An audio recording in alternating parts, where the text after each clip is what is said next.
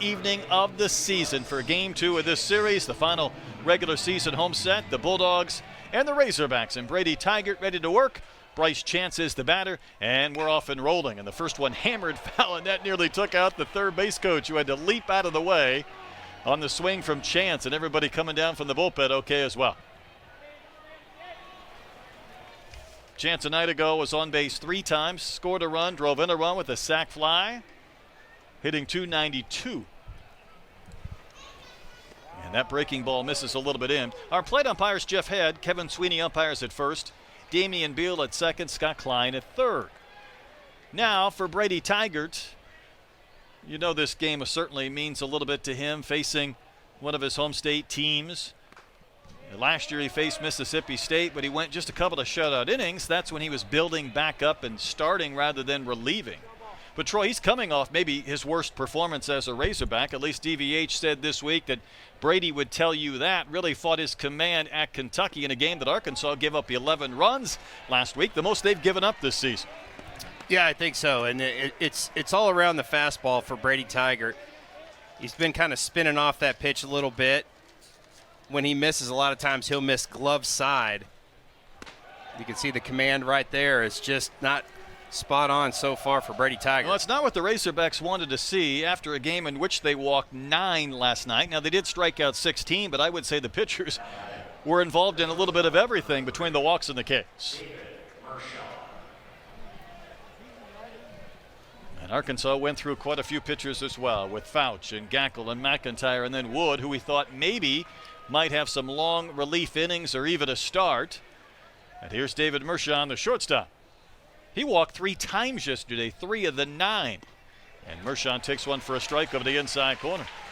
That was a changeup by Tygart. Hudson White calling the pitches behind the plate and just trying to figure out something different to slow that arm speed down a little bit. Sometimes you see a pitcher can't get that fastball over, they'll go to something off speed.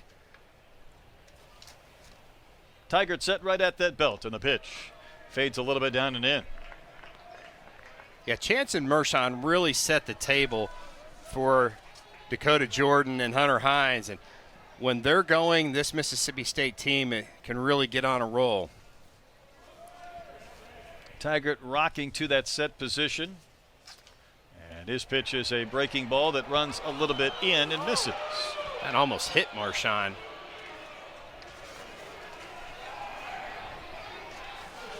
Tygart will throw the slider and the curve.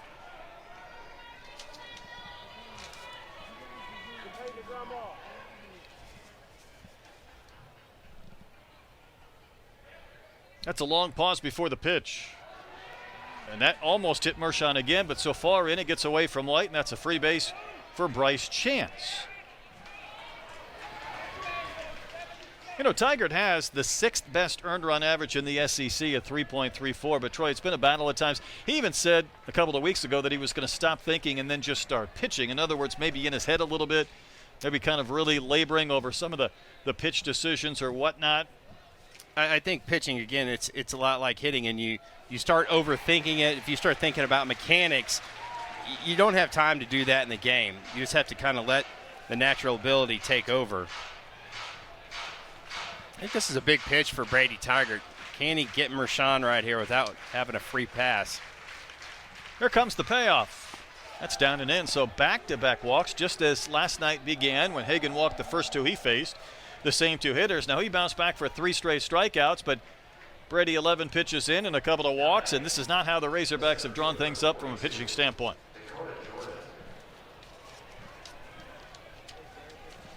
Dakota Jordan, the batter. Now we get a single and a walk and in a hurry as well. Tremendous power. There's no wind going to knock anything down tonight. Balls are flying out all over the place in batting practice.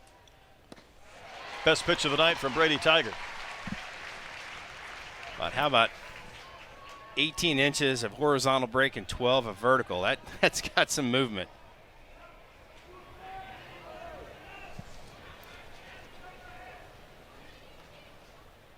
White sets the target down and outside. And the pitch to Jordan is on that outside corner again, maybe even a little bit off, but his strike is called. And a 0-2. It felt like Dakota was looking at some 0-2 counts last night, as he is now. It seems like when you have the tendency to swing through pitches, a lot of times you always find yourself down in the count. Well, Brady spun in a couple of breaking balls. What does he want to do 0-2? How about throw another one? Great speed on the bases for the Bulldogs. Chance at second, Mershon at first. Anything in the gap's definitely going to score a pair of runs.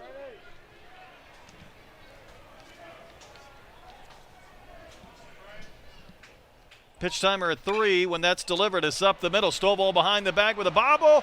Throws late to Aloy. Everybody's safe. And the bases are loaded. I thought maybe when that ball went up the middle with Arkansas's positioning, they would get the force or a chance for 2, but it took Stovall to the shortstop side and really no opportunity. You see, Stovall was backing up as that ball was hit, and so he had to change direction. He just kind of was like a catcher and just blocked that thing. Stovall hasn't committed an error all year. They're just trying to make that play. Yeah, they're going to call that a hit. Certainly is. And here's Hunter Hines, who's had some big swings this year and already in this series. He swung and fouled one off Hudson White. He had the 3-run double in the 5th. And Arkansas had a 3-0 lead with Hagen Smith at that time, but he also struck out a couple of times. Lined out with a couple of runners on, struck out with a couple of runners on base in the 7th. It was just part of that crazy night with a lot of base runners, a lot of traffic, and a lot of Ks for Mississippi State. Troy, in that game, they left 13 men on base, and that'll keep you up at night thinking about some missed opportunities. Yeah, I think so. That's a big number. The 16 strikeouts, but yeah, the 13 left on base is one I have highlighted in my sheet as well. And boy, that just you feel like if you're a State fan that you had that game right in your hand. Great opportunity to break through here. Wave and a miss. This was the double from Hines in the 5th, and Troy was able to keep this one fair, and the ball stuck in the corner, and everybody scored. Yeah, that was a slider that Hunter Hines just jumped all over. There's Dakota Jordan scoring from first base with his tremendous speed. 2-strike pitch, down and in.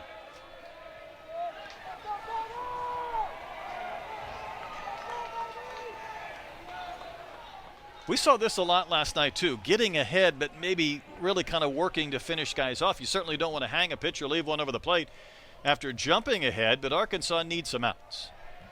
And the pitch to Hines is a chopper up the middle, maybe an opportunity to get 2. There is a tag and a throw to first for a double play. A run will score. State might argue that Jordan eluded the tag of Peyton Stovall. For the time being, it's a DP, and it's 1-0 Mississippi State. Slow ground ball by Hunter Hines. Dakota Jordan did his best effort to avoid that tag. Stovall's claiming that he ran out of the baseline. It's going to be interesting to see if we have an angle that might show this one.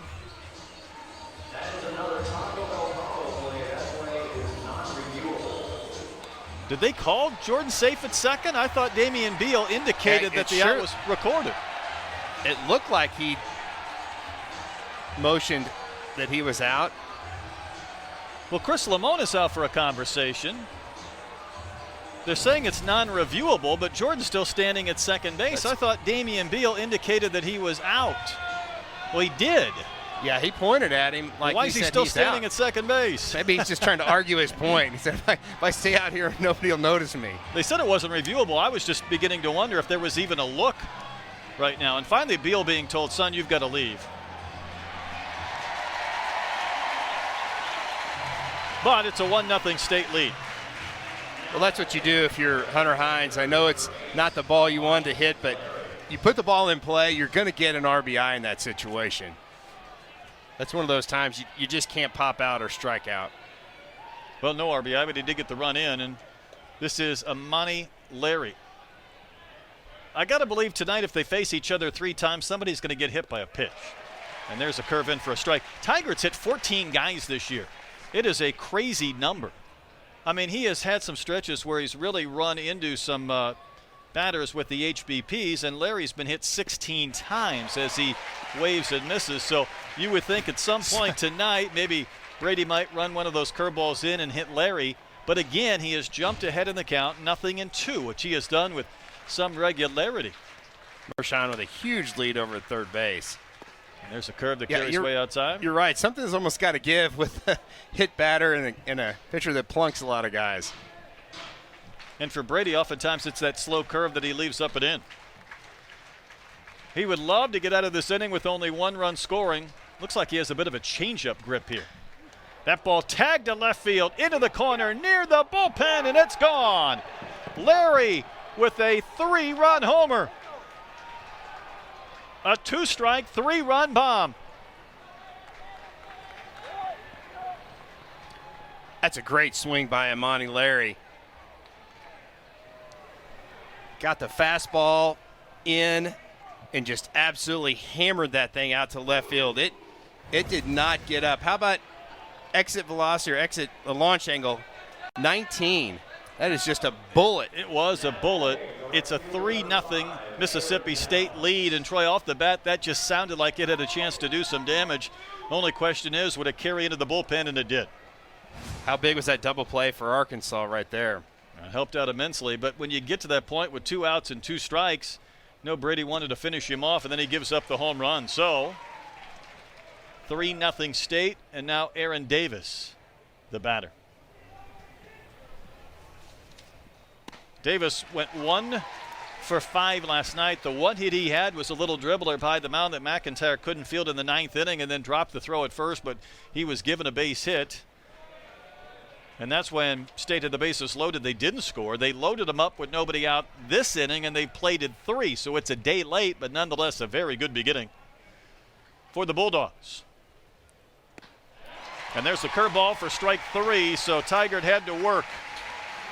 Couple of walks, a 2-run homer, and a 3-0. Dealing with that shoulder issue, so didn't start last night, and Saint's first pitch rides way in. Here's your lineup for the Razorbacks. Diggs leading off, and then Sprague, Lott, Stovall batting third. Aloy, McLaughlin, Hudson White, the hero last night. Souza, the DH. Holt down to the 8th spot, and Lovich in left field batting 9th on senior day. And Diggs will take a strike, and then State will shift late against Kendall.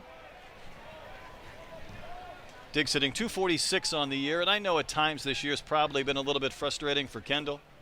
And yet Troy, with 18 runs batted in, that is still tied for the most on this team in league games despite some of those struggles. So he still has found a way to produce, maybe not at the level we were used to last year when he was fully healthy. Yeah, I think so. And he feels like that shoulder's getting better every day. That's high in the air, down the line and left. Will Chance have a play? My God, he ran into that sidewall and was a bit exposed. He didn't make the catch, and I thought for a second he might just take the brunt of that fence. He didn't catch the ball, but he also didn't take quite the blow that he could have. Yeah, that's always scary. Great effort by Chance right there. It's padded down there, but it's definitely a concrete wall. It does not have any give whatsoever. You worry about the ribs. Yeah, you hope that he is okay. Did you see Ty Evans for Florida run into the wall and hurt his wrist, but he came back. I think he's okay, but man, all kinds of guys crash into walls today. 2-2 pitch, little tapper up the first base side. That is going to stay fair. Fielded by Hines, who will step on the bag to retire Diggs to begin the bottom of the first inning.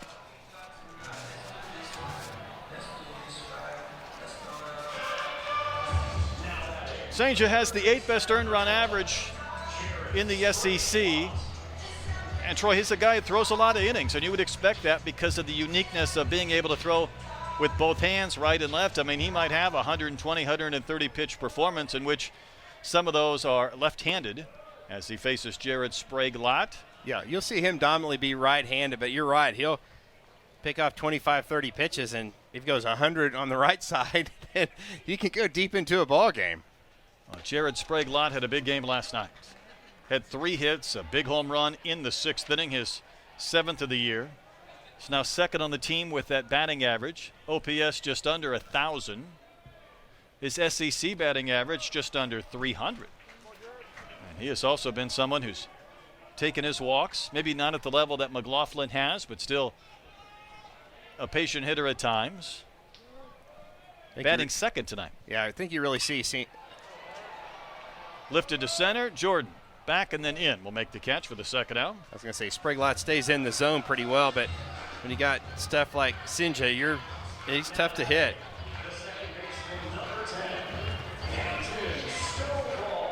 Peyton Stovall will bat.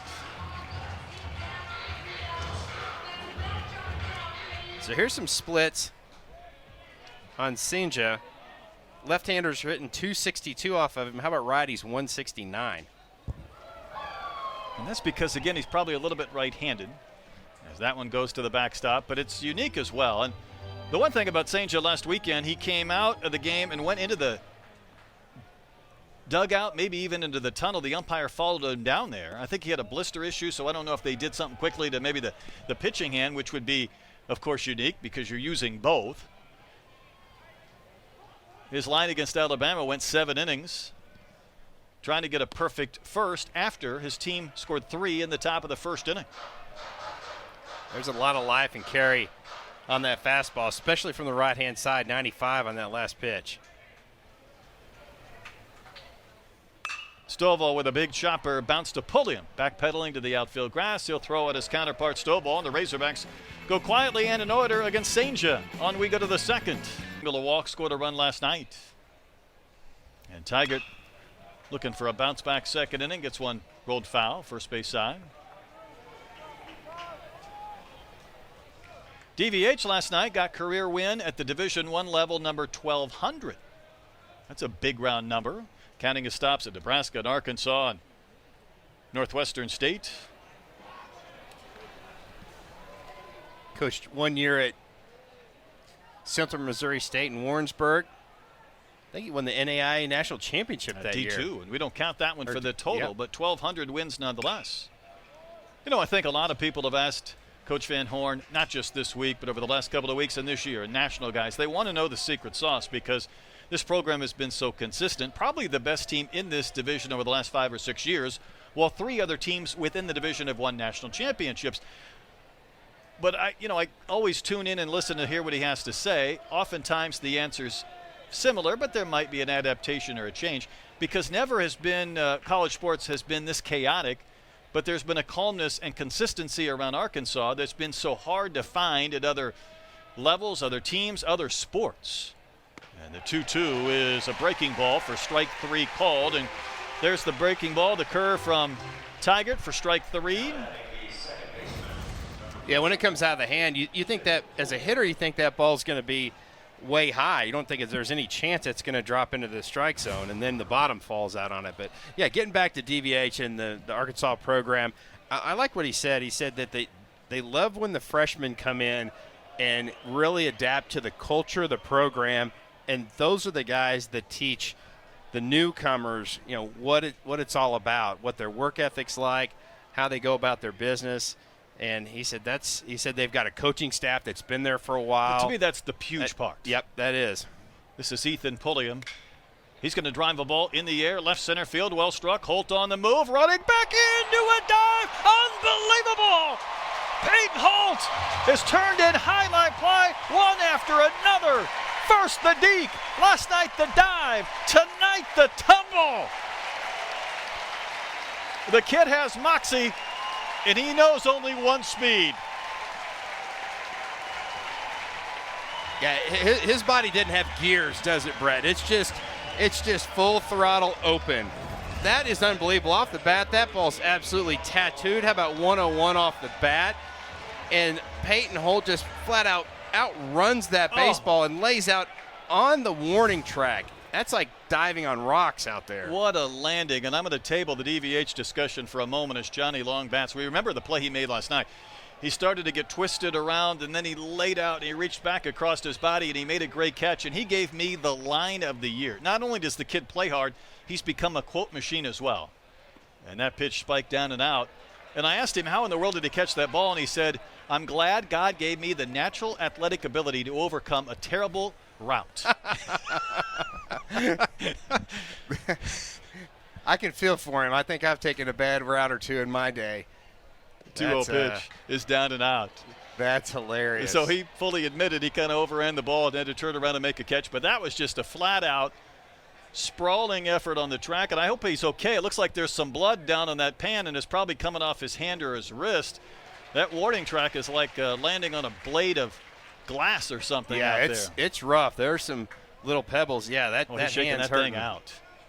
They're going to have to clean that thing up when he gets back in the dugout. Agree.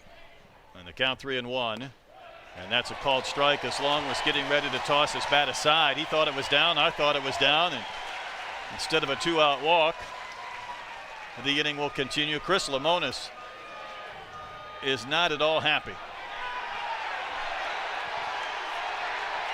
Jeff Head walking over there, giving it right back to him.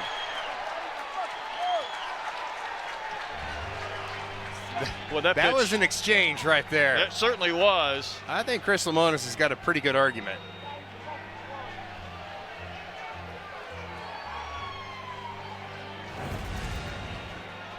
See what Hudson White does with this baseball. Now, if I'm taking that pitch as well, if I'm just like Johnny Long.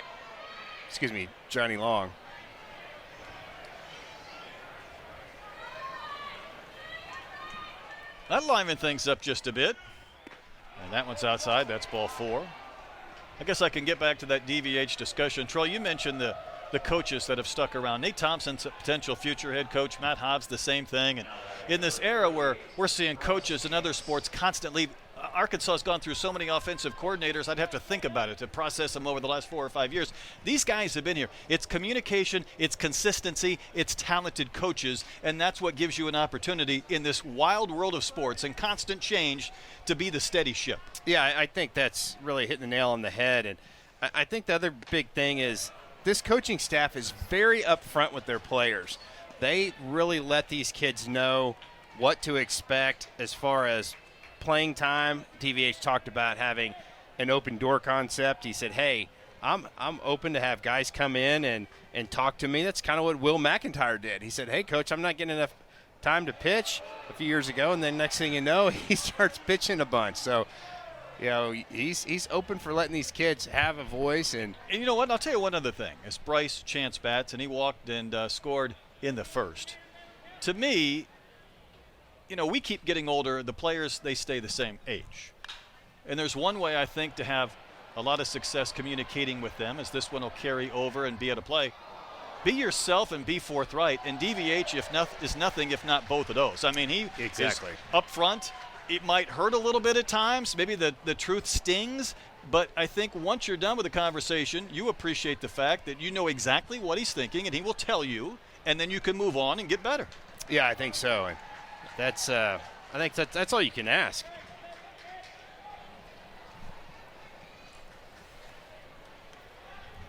This will be pitch number 45 for Brady Tygart.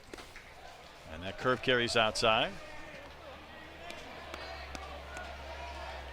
Remember, Bryce Chance, maybe the hardest player in the SEC to strike out. And even when you don't walk, oftentimes you can work that count in your favor. He's going to wave and miss. That pitch had some pretty good run to it. Yeah, that really came in on the hands of Bryce Chance. Probably the best fastball Brady Tygart's thrown all day. Johnny Long's going to get a head start, and Ben McLaughlin's paying a mile off the line. Long's going to get about a third of the way to second base before he even has to start running. He's going to take off. Here's the payoff, and that is low. That's ball 4. Troy, that is now 4 walks for Tiger tonight after Arkansas pitchers walked 9. Yeah, that's just the fastball command. Again, tonight is just eluding Brady Tygart. You know, Arkansas came into this weekend with the second best earned run average in the country. And you might think, well, who in the world's first? The Lamar Cardinals. And I can't break down any baseball going on in Beaumont right now. But the last 3 SEC series for Arkansas, it's been just a different look. From a team pitching standpoint, ERA's been up near the mid-5s over the last 3 weekend SEC series, not taking into effect last night. As Mershon bats, he's going to bunt, rolls one foul up the third base side. And I think, in part, it's hard to be really good for a long time, and also the level of competition that Arkansas has faced as of late has been really good. Yeah, you're exactly right. The season and the schedule has just gotten harder and harder for Arkansas. They've got a really good Mississippi State team this weekend, go to A&M next weekend.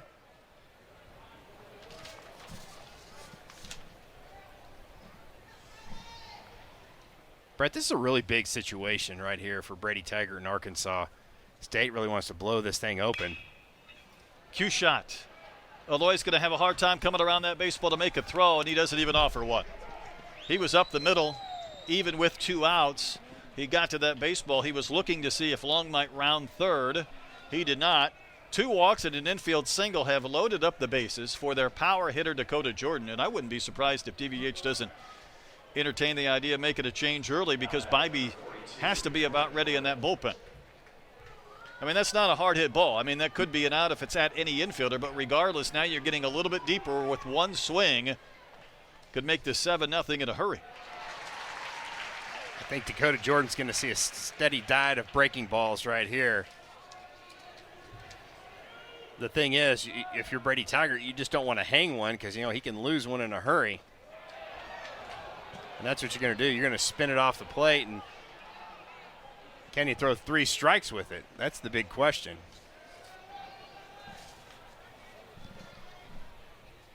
Next pitch is cut on and missed. If you saw that curveball 2 or 3 times in a row, would you start to feel pretty comfortable on the break, or do you have to really change the location of Brady coming at him and going away from him? I think you just have to make sure if it starts out over the plate, it's got so much break, it's not going to be a strike.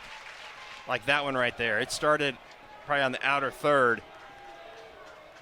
That's the uncomfortable nature of waiting for that pitch that's kind of coming at you that's going to break over the plate.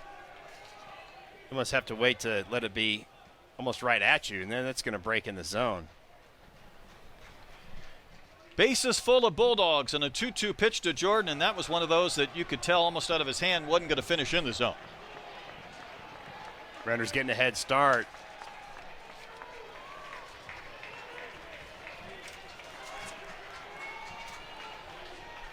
Everybody will take off early on this 3-2 pitch from Brady Tygart to Dakota Jordan, and that's not close. And it's 4-0 Mississippi State on the bases loaded walk.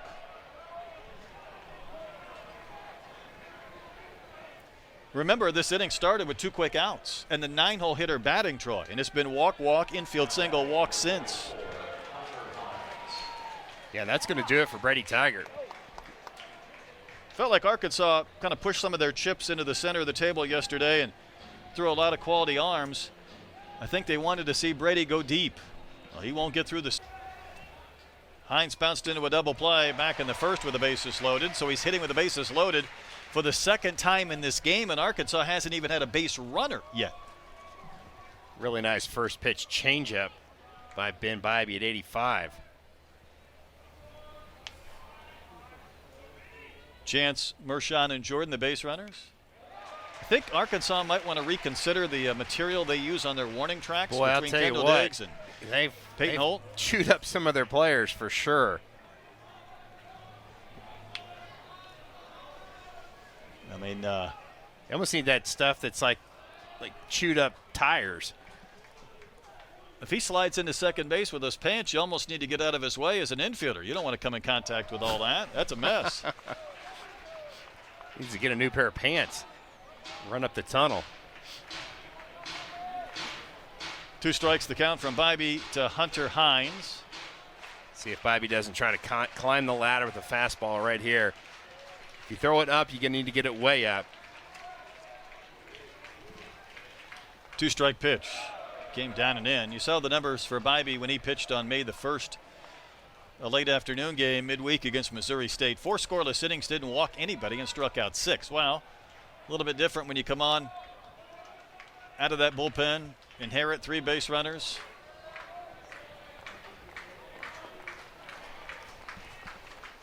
And the 1-2. Strike 3 called, inside corner at the knees. Bybee paints, leaves 3. State adds a run, and the Rays, he cruised through the first. Faced just 3. He's leading by 4. And here's Vahiva Aloy. Vahiva yesterday had 3 singles almost to the exact spot to the left of second base, and the shortstop Mershon's shading him a little bit towards third rather than up the middle where he hit 3 balls last night. And he got his 50th RBI. That is the most on this Razorback team, and it is the most by 15. Nobody else has more than 35. He's got 50. And you feel like there's so much more in the tank for Vahiva Aloy. I mean, that's a big number in those many RBIs, 50 RBIs, but again, we've seen him hit, and he's one of those guys I think can get streaky red hot. Senja's really working that outside corner with the slider. Might see another one right here against Eloy. You don't want to miss middle in. Offered it a high one and fouled it back and out of play. So that's the setup pitch. There's the high fastball at 96. He's got him 1 ball, 2 strikes. I think you got to go down and away right here. That one's chopped up the third base line, but just fouled again. He's working that line, but not exactly hard hit. 53 miles an hour off the bat of Vahiva Eloy. It's a Hawaiian heavy lineup tonight for the Hawks, both Souza and Eloy in there. Kohler, the third baseman, is playing well off the bag. He is probably 25 feet off that third base line. And the 1-2 is a tap or foul. You Same think spot that would almost pull him a little bit closer to those little taps down the line. He's looking in the dugout as Kohler going, hey, you still want me out here?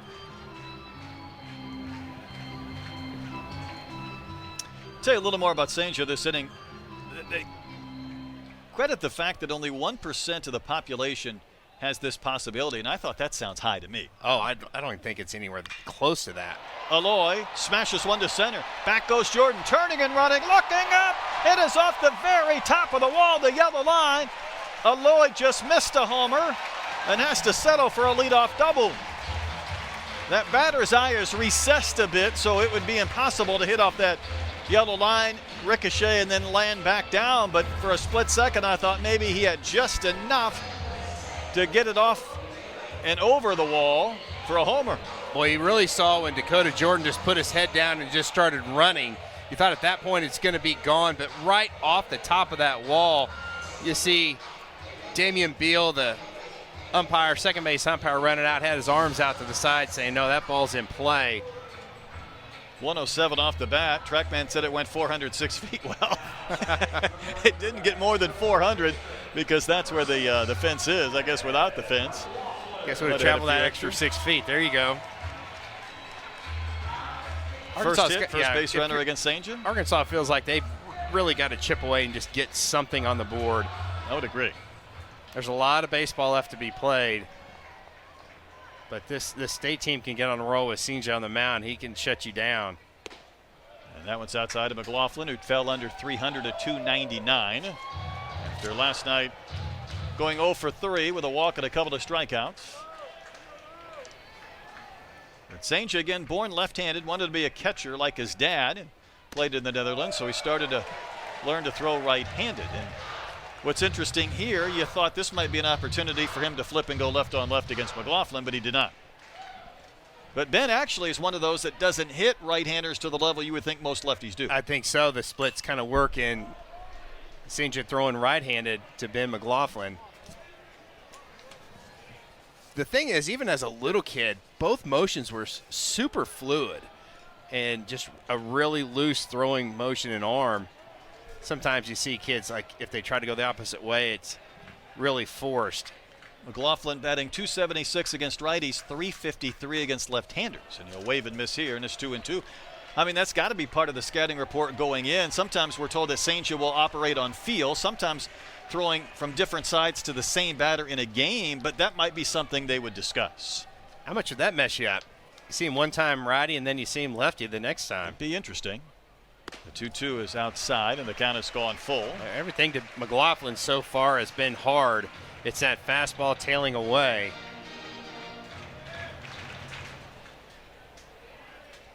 Mershon playing right behind Vahiva Eloy at second base. Here's a payoff to McLaughlin. Off his hands, he turns on it, sends it foul into the stands down the line and right.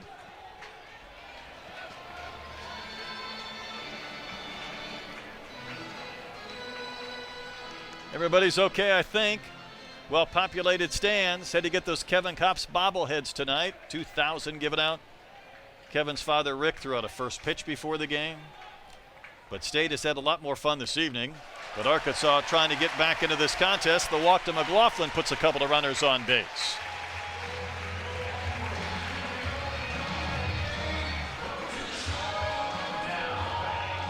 That's where Sanja's been missing. It's all that run on that fastball of the right hand. He's got a 3/4 delivery, and those fingers sometimes get on the side of that baseball, and it really helps having that run, which is hard to hit, but it's also hard to keep that pitch in the zone as well. Sanjay now will look at Hudson White, who had a 4 RBI game last night, and that one nearly hit him on the shoulder. White had the home run in the 4th inning, a 2-run shot, but it was a 2-run single in the 8th that broke up a tie game and put Arkansas back in front. Last weekend he had just 1 homer, and that was on opening day, but he hit one at Kentucky, hit one last night, and takes a strike from Sanjay. Yeah, that was a really good curveball right there by Sanjay. He'll mix up a slider and a curve. Haven't got those fingers on top, had a little more downward tilt to it. Over the last 6 games, Hudson White has raised his batting average from 235 to 273. Wow. It takes a tough guy mentally, I think, once you get 2/3 of the year through the season, when things aren't going anywhere near where you would want in your draft year, to kind of find it again and power through. I think sometimes you just kind of have to just flush it, what you've done up to that point, and just kind of go from there, and I think that's what Hudson White's done. No, I would agree, but you know that's much easier said than done. So difficult. Because your mind starts racing. You're like, why am I not hitting and whatnot? Sanjay would like to get the first out. 2-2 the count. And the pitch to White. It's a little bit outside. I talked with Nate Thompson today about Hudson White, some of the changes he has made, and I'll save that for maybe next time up because I think it's unique. Right now, though, Arkansas trying to get on the board after State scored the first 4. Big payoff pitch. Nope. Instead, a look to second base and a throw to Pulliam. Aloy had a lead of about 3 feet, so he was not going anywhere. I do not think that Arkansas is going to try to have a double steal in this situation. You've already 4. got a runner. No, you're down 4. You got runner in scoring position. You're playing base to base at this point. Here's the payoff to White. Soft little flare that'll be caught by a leaping shortstop, Mershon. Another couple of feet, and Arkansas would be in business. But Hudson White got jammed, I think, and that's the first out of the inning. There's that run of that fastball by Sinja. 96 in on the hands of Hudson White. That's just a great pitch. So Sanjay has that ambidextrous glove, and he won't spin it around. He's going to stay right on left here to Nolan Souza. 7 homers, 28 knocked in. Pitch in there for a strike. Arkansas kind of messed around a little bit with maybe thinking about putting Souza in the outfield, and as Dave Van Horn said this week, listen, if he's hitting, I'll find a place for him, but I think things have cooled off just a bit for Souza. This is interesting because Souza only hits 185 against lefties and 299 against righties. So if you're ever going to kind of flip around and throw left-handed, this would be the batter to go after. You would think so, right? Last homered against Texas Tech on April the 17th. Well, there's tremendous power in that bat for sure.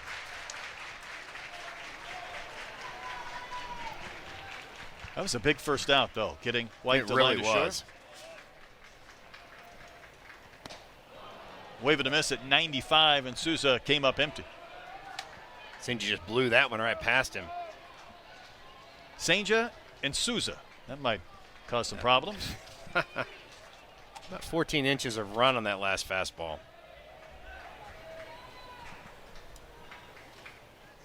2-2 pitch at the bottom of the zone, called strike 3. Great pitch right there. You're right, at the very bottom of the zone, just a pitch you cannot take if you're Nolan Souza. What was Long doing behind the plate? It looked like he was gesturing up, and then he went down and caught it. Yeah, he kind of showed his glove high. Well, Peyton Holt didn't have time to get cleaned up. Look at that arm, Troy. That thing got cut up pretty good. Takes a strike over the inside corner. Holt was leading off last night. He singled in the 8th inning when Arkansas scored the 3. It was a big beginning to that frame. 1 for 4. And now he's batting 8th this evening. I think the only spot he has not hit in the lineup all year has been the 3-hole.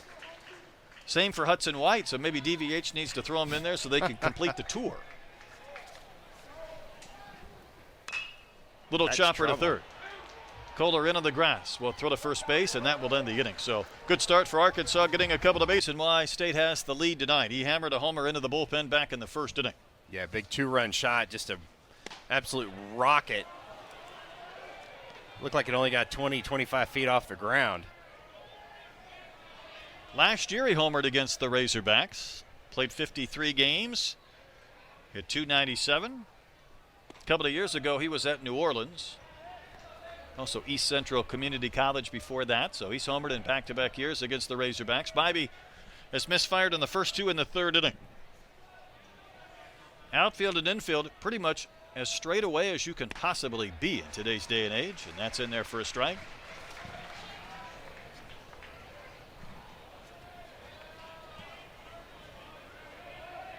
He's already lathered up, isn't he? 80-degree night at game time. Yeah, it doesn't take much for Ben Bybee to get heated up out there. He needs to be careful with Amani Larry right here. I know you don't want to walk him, but Larry's swinging a really hot bat. Fouled that one off Hudson White so hard that it ricocheted the top of the screen. Maybe off that hockey goalie mask. Troy, this was the first inning home run when Tigert was 1 strike away from ending the frame. Yeah, Tiger tried to go in with a fastball. You see Larry just pull his hands through there, and that looked like it was shot out of a cannon.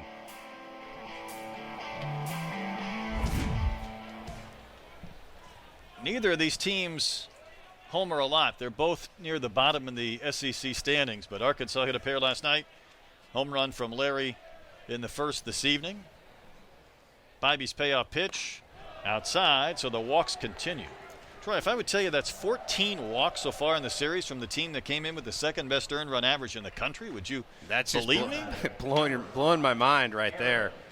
They dodged a lot of them yesterday in that win. How about 9 walks in the game yesterday? That's just it, and that man's just try to take this in as Aaron Downs will bat, and Downs struck out back in the first. Downs was the man who hit that ball yesterday that Peyton Holt made the catch out and right with the spinning, twisting, diving effort. And glad that God gave him the athletic abilities to overcome such a terrible route. He's the Arkansas Yogi Berra. That's hilarious. He was the kid that told me a couple of weeks ago about running into the fence in the outfield. How much could it really hurt? I mean, you might as well just go for it. Might not hurt as much to run into the wall as it does to land on the warning track. Well, that's for sure. Probably have a little more of your hide left for sure. Yeah, that's a good point.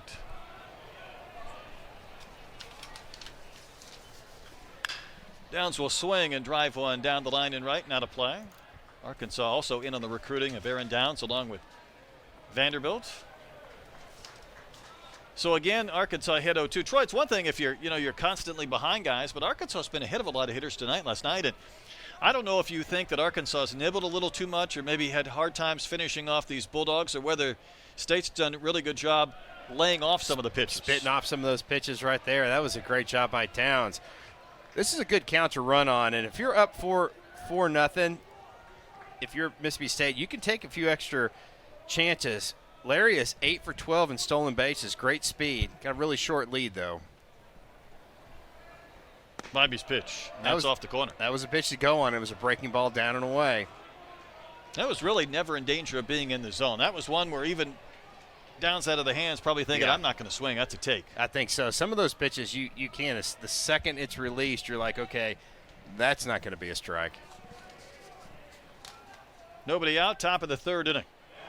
That was a much better pitch. It was off the plate, but much more competitive. Now I think if I'm State, I start this runner at first base. If Downs walks, I want to have a little bit of an argument with you, or a back and forth maybe, a baseball conversation. Here's the 3-2. That ball hit in the air, down the line and right, not a play. Maybe that leads me into my discussion. I was going to say, Troy, Downs has 73 at bats this year. He hasn't homered. If ever there was a sequence where you say, I'm not going to nibble and pick, I'm going to go after him, it might be here. And then he did poke one almost home run distance, but foul. But the last thing you want to do is nibble, pick once you get ahead. I agree, and Ben Bybee's best pitch is his fastball. So Hudson White's calling the game. I think you've got to go fastball, even on the 2-2 pitch. He threw the breaking ball and missed. You go with the pitcher's best pitch. Larry draws to throw at first.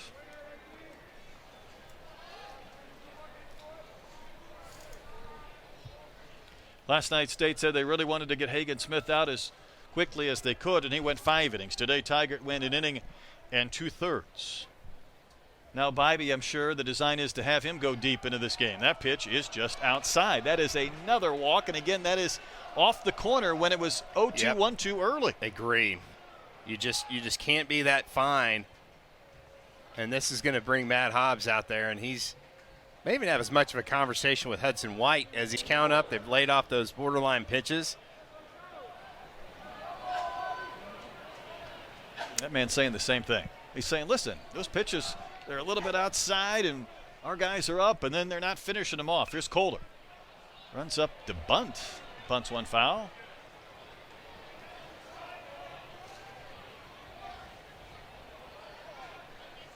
Kohler struck out back in the second. Yeah, McLaughlin's playing up. Kohler's going to try to bunt this ball to Sprague Light at third base. I don't think I agree with this. No, I let him swing. For a couple of reasons. Although that's a pretty good bunt. Sprague Light will field it. Has to throw to McLaughlin. That's the first out. Kohler did have 3 homers in 2 games last weekend. The one thing I always look at, and listen, a 5th run would really probably loom large, or a 6-0 lead would feel like a lot for State, but you do have your 8 and 9 hitters coming up. Yeah, I think that's a good point. I also think that this is a Baum-Walker Stadium tonight where the wind's not blowing in. The opportunity for home runs to fly out of this park tonight is better than normal. Probably the best we've seen all year. I think so. But Arkansas is going to bring the infield in right here. They feel like they cannot give up any more runs. This is an interesting take. Remember, Pulliam was the guy who hit the ball out there to left center field, almost to the warning track when Holt made that incredible tumbling catch just an inning ago. It feels like yesterday, but it was just last inning. Bybee's next pitch comes up and in. How much are you willing to go for the strikeout here and risk another walk, only the possibility of a double play put back in effect? You going after him? I think I got to go after him because he is your 8-hole hitter. Certainly those first 2 have not been close, and even that one a little closer, but still outside is 3-0.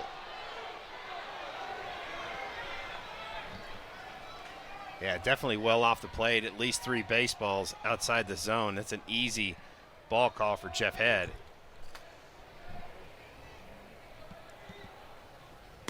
And that's in there for a strike. Have you ever played golf with somebody who you know is incredible off the tee and they're always in the fairway and you're a little bit worried and then they just hit the ball in the trees all day and you can't figure out why or what's going on? Yeah, that's a good analogy. Well, the Hogs are playing out of the trees and the rough all day in all series. Losing balls. Because that is walk number 8 today through 2 1/3 innings. And that's going to bring some activity to the Arkansas bullpen. There's some bodies up and starting to move around.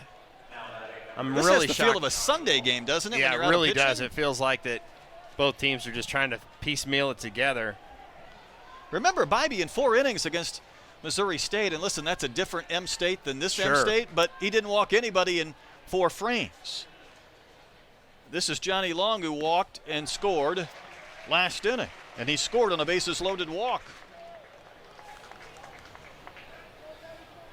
I mean, that's backwards. It really is. That's head scratching. Arkansas is playing in at the corner, so anything to first or third base looks like they're going to try to come home.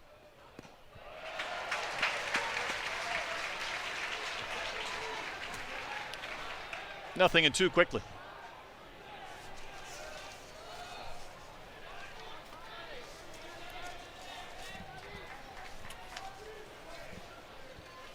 White's going to set up outside. 0-2 missed pitch. Johnny Long, former Pitt Panther. coming from the ACC to the SEC. Maybe a little bit of an adjustment at times. And that's outside. I saw a Twitter count the other day attributed to ACC baseball, and it said just means less. Oh, no. That's hilarious. You know, tongue in cheek, I'm thinking, Yes. coming after the SEC. But all of a sudden, 0-2 to 2-2. Bibee needs a strike. Strike 3 called, and that was a few inches outside. But Bibee will take it. And that's the second out of the inning. Oh, Ben Bibee gets a gift right here by Jeff Head. You can really see Hudson White try to pull that baseball back in, and watch Johnny Long's reaction. He just goes, ooh, wow, I know that one's out. He's going to be lobbying for that one for his pitcher this next half inning. That's a big punch out right there. Arkansas backs up and is going to try to roll 2.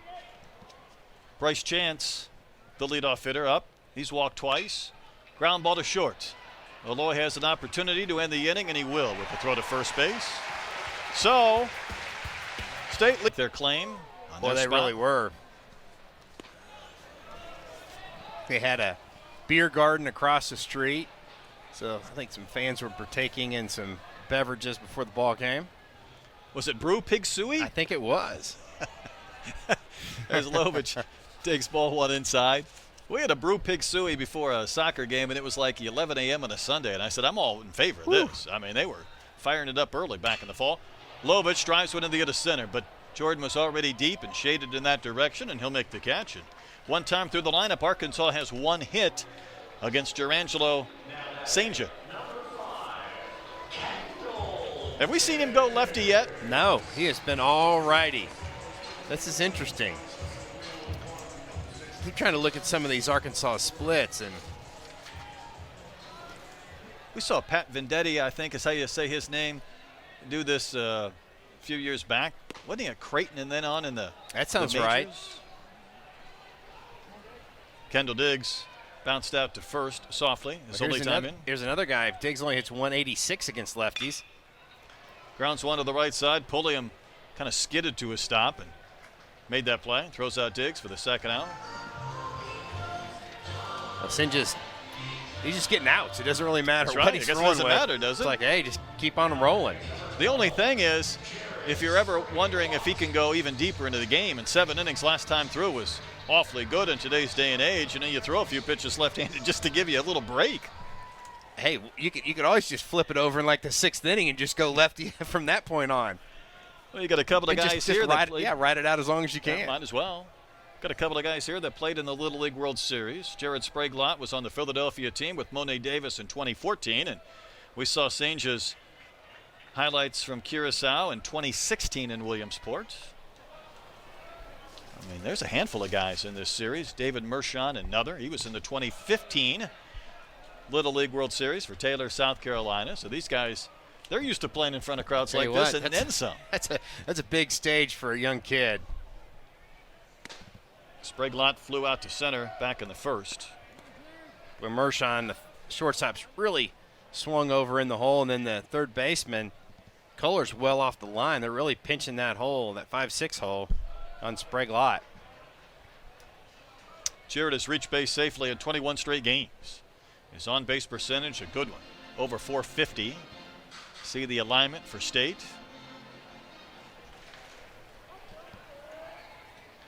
Saint just retired 5 straight.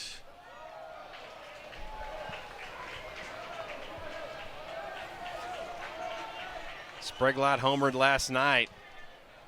You feel like you're going to see a fastball right here from Sinja. And Spraglott is on again. He's willing to take his walks. Now he's reached base in 22 straight, and Arkansas has the base runner in the third, albeit with 2 outs. Spraglott's really seeing the baseball well, because even on his balls he's taken, he's making his mind up early.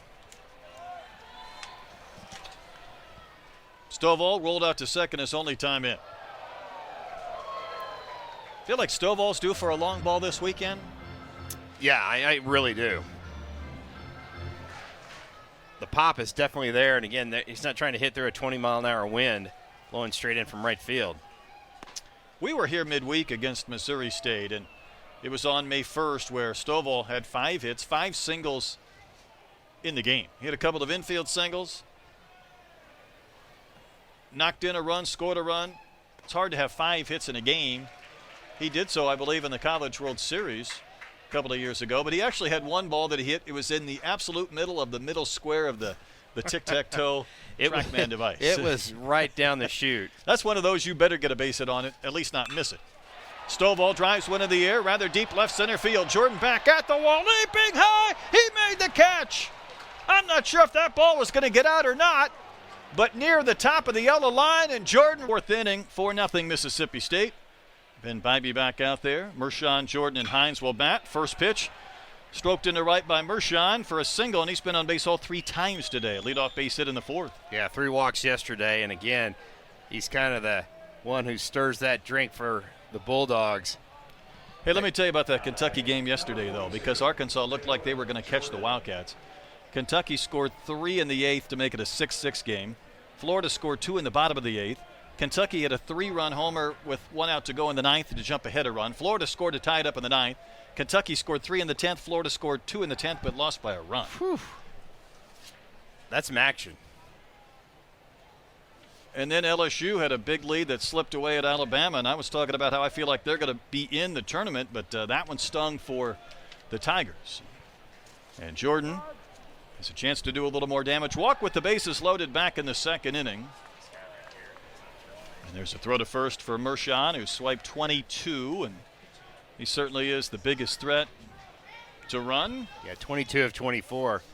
He's got a really big lead, and sometimes as a base stealer, you just want to get out there and measure that lead and see how quick that pitcher is to the plate. Bybee is 6'6", so sometimes it takes those big guys a little while to uncoil. And I think Ben Bybee on that last fastball, he was trying to be a little too quick to the plate. That's where he yanked that fastball down and away. Better that than leave one over the heart of the plate to Jordan, who has 16 home runs. That's a big rip and a miss. Well, Jordan almost kind of reminds Arkansas fans of Vahiva Loy. Some of those big-time swings. You might miss one by a foot and hit one a mile, so you just never know. Coach Lamona said about Jordan, and I loved it the other day, he's just a joyous young man and plays baseball with a football mentality, but trying to settle in a bit to this sport. It's a different temperament maybe than football, but obviously he brings an incredible amount of athleticism. We saw in that last play in center field. Yes, we did. That ball's driven to right. Back goes Diggs, running out of room, looking up, and it's gone. An opposite field home run from Dakota Jordan, his 17th of the year. So he robs Stovall with the catch and then hits a 2-run bomb. How about 107 off the bat of Dakota Jordan? You can see the power right there. Just a tremendous swing. That was an off-speed pitch, a slider by Ben Bybee, and Dakota Jordan doesn't miss it. How often do you see a guy make a great play in the outfield and come back in and have a great at-bat? This is just an absolute pellet. But watch this swing right here. I'm thinking that's got a chance to go. Then I'm thinking, well, he definitely got it out. Then it hit the facade of the walkway up there. Yeah, that was a bullet. As soon as he hit it, Dakota Jordan knew that thing was gone. Watch where this one lands. About 391 feet.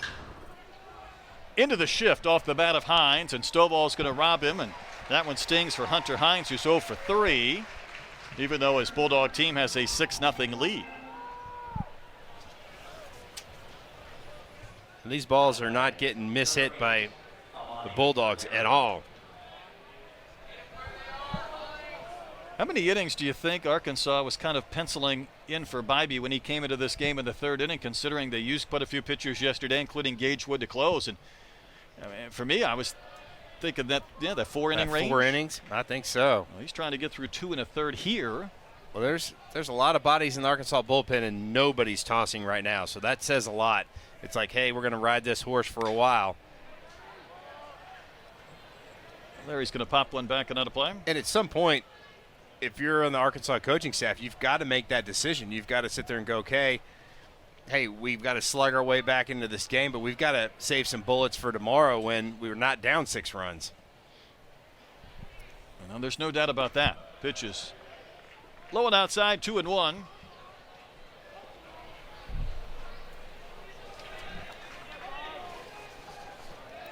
Six runs on 5 hits, couple of homers for the Bulldogs. No runs, 1 hit for the Razorbacks. That's it. The pitch backed up a bit, but found the mark for a called strike to Larry.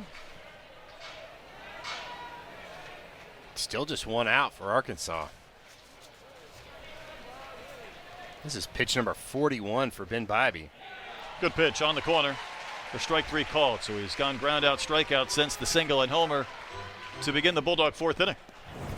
Probably one of the best breaking balls that Ben Bybee's thrown so far today. You can see Hudson White really gave him a that-a-boy. But again, you talked about it, Brett. He's a guy that started many midweek games, so he's used to throwing 60, 70 pitches in a ball game. Breaking ball to Downs, misses. A little bit out, a little bit low. Yeah, but I think your point's a good one. You start thinking about some of the arms you know you're going to need tomorrow to try and win a game, to win a series, if State's able to hold on to this lead. And they're sitting pretty down with St. John a 6-run advantage. Bouncer to Aloy, and he got caught between hops. He didn't charge that one. He stayed back on it. Went off his glove and off his wrist, and Downs will reach. Yeah, it was just an unusual it just locked him up, and he was trying to figure out which bounce he was going to try to make that play. And usually when you see an infielder that's not moving forward, watch Vahiva Aloy. He just sits on this baseball right there. And that ball had some topspin on it as well, but you've got to try to come get it and get a short hop in that situation. Yeah, that's a tough one. Looked like the third out of the inning was forthcoming. Instead, the frame continues for Kohler. Dropped in a sac bunt last inning, and it didn't lead to a run. State left the bases loaded. So they stranded 6 in back-to-back innings, but still it's a 6-0 Mississippi State lead. About 6 runs on 5 hits. Those free passes have really hurt Arkansas. And they've taken the fans kind of out of this game, the 11,000 plus, whether it's the walks or whether it's the homers.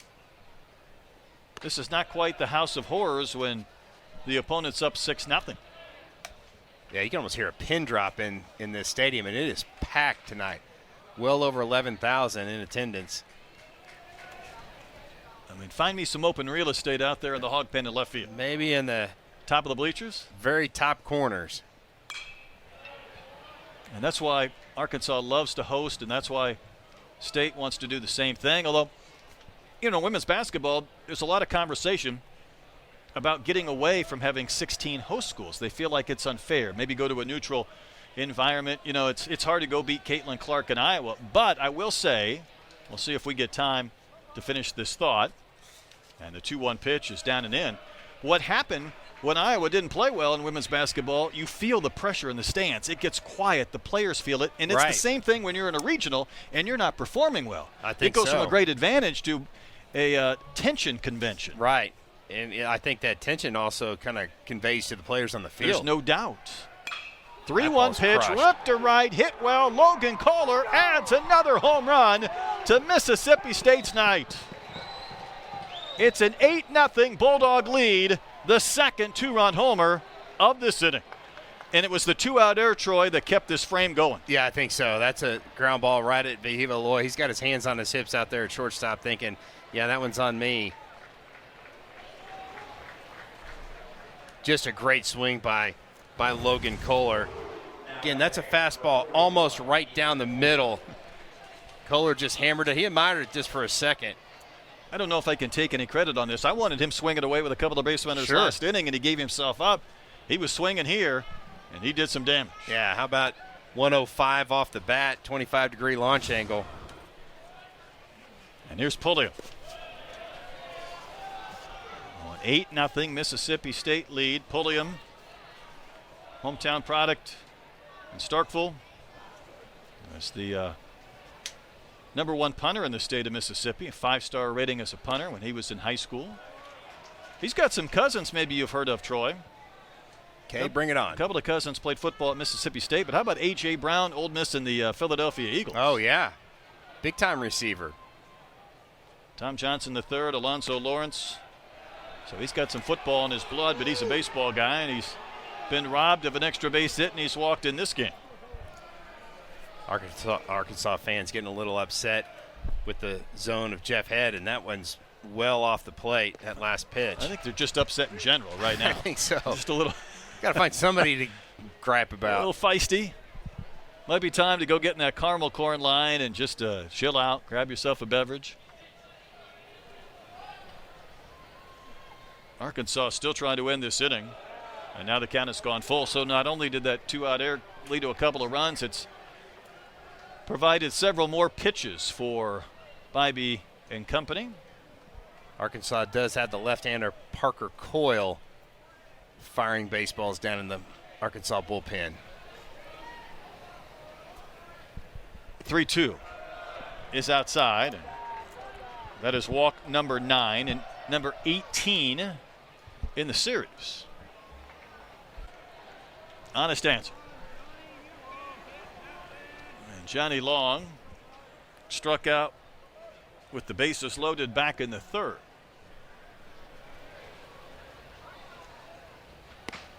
Waves and misses at the Bybee pitch for strike one.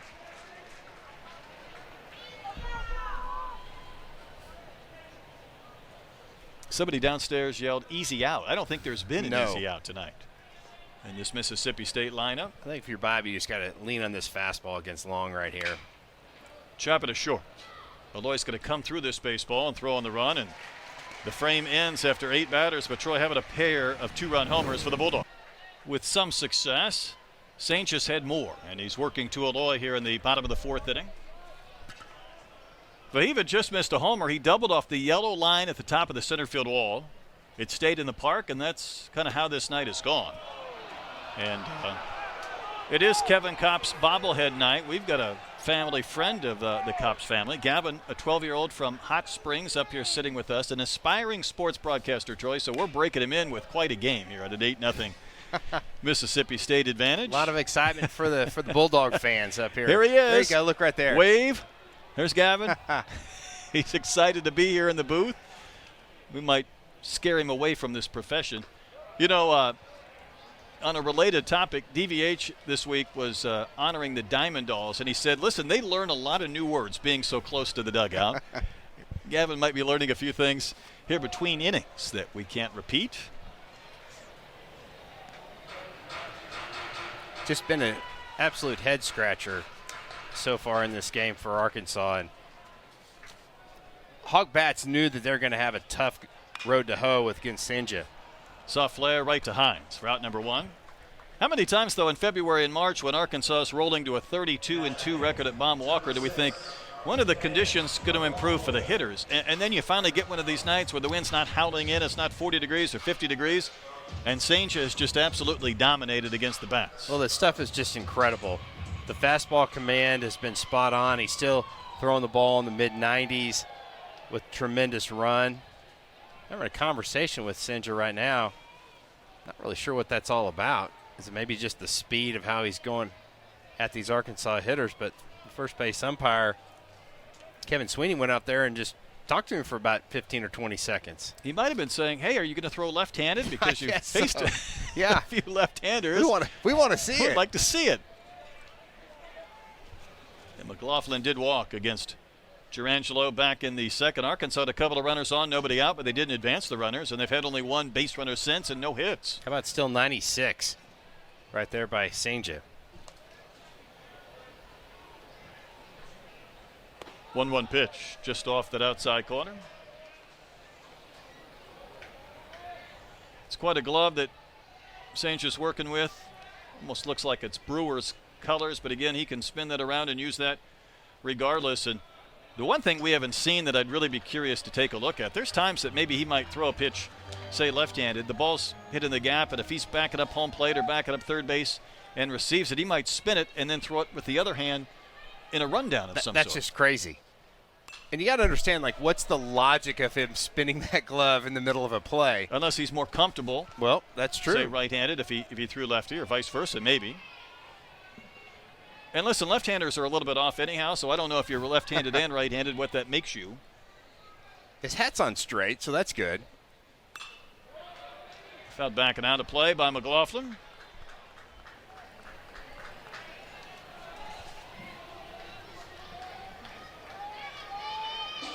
He has been that calm most of the night. Boy, he has had just ice in his veins, just like no emotion, just rolling along, very workmanlike out there on the mound.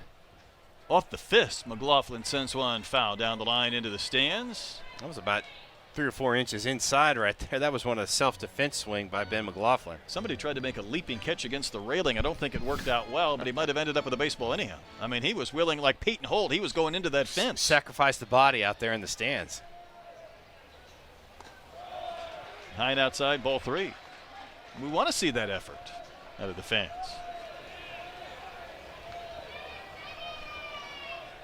Arkansas has received 2 walks tonight. Count has gone full, make it 3. They're still in the hole as far as the base on balls deficit, though, in this game by a wide margin. Yeah, they got a. Bucks got to go a long way to go to catch up on that. If you're Arkansas, you've just got to find some way to scratch a run, 1 or 2, get something going. One hit in this ball game. That was the ball that Eloy hit off the top of the wall.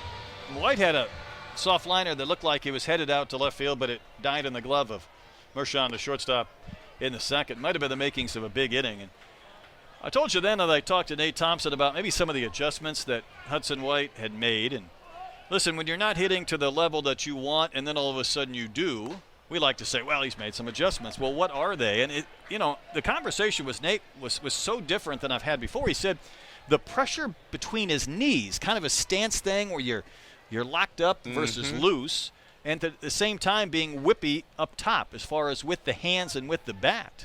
Because he does have a unique stance, kind of leaning on that back leg and into the knees, kind of into the ground, and wanted him to kind of change the pressure between his knees. Almost like he was pinching his knees together a little bit. Yeah, well, yeah, that's a very unusual hitting stance. But maybe that affects a little bit of your juice. I don't know. I think so. Your comfort, if nothing else. I mean, I expected him to say, well, we moved his hands, we did this or did that. And I haven't had many conversations about the pressure between your knees. But it's worked, hasn't it? There's a base hit into center field by Hudson White. And Arkansas has its second hit of the game. See, Troy, it's all about the pressure between your knees. It's all about the knees. Got to be a little more balanced. I guess it's like if he was trying to hold a beach ball with his knees and just kind of hold it together and don't let it fall down. But, yeah, I think you're much better balanced. And anytime you have tension in your body, then as a hitter, that's not good. You want to be as loose as possible. Sometimes you see some of those greatest hitters, the bat goes flying out of their hands, and they're thinking like, well, how in the world do they not have enough grip to not let that bat fly out of their hands? But that just loose hands, I think, is key. Sousa rolls one to the right side. Pulliam is going to throw to first. Hines didn't turn around and didn't see it. The ball goes to the backstop. McLaughlin will score. That ball gets thrown away. White will hold at third. Cue the circus music. Arkansas is on the board in one of the most bizarre plays you'll see in quite some time. A ground ball to second, a throw that Hines didn't catch, and then the wheels kind of fell off the old wagon. So what happens right here is Hunter Hines goes after this baseball. Watch Hines go after the baseball. Then he realizes right there, he's like, uh-oh, I got to get back and cover the bag. The ball's in the air before he even gets there. That's Pulliam's got to wait till he gets to that bag, even if he's not going to get the out. And you saw Sinja's reactions like, oh, my goodness. Pretty close play at the plate.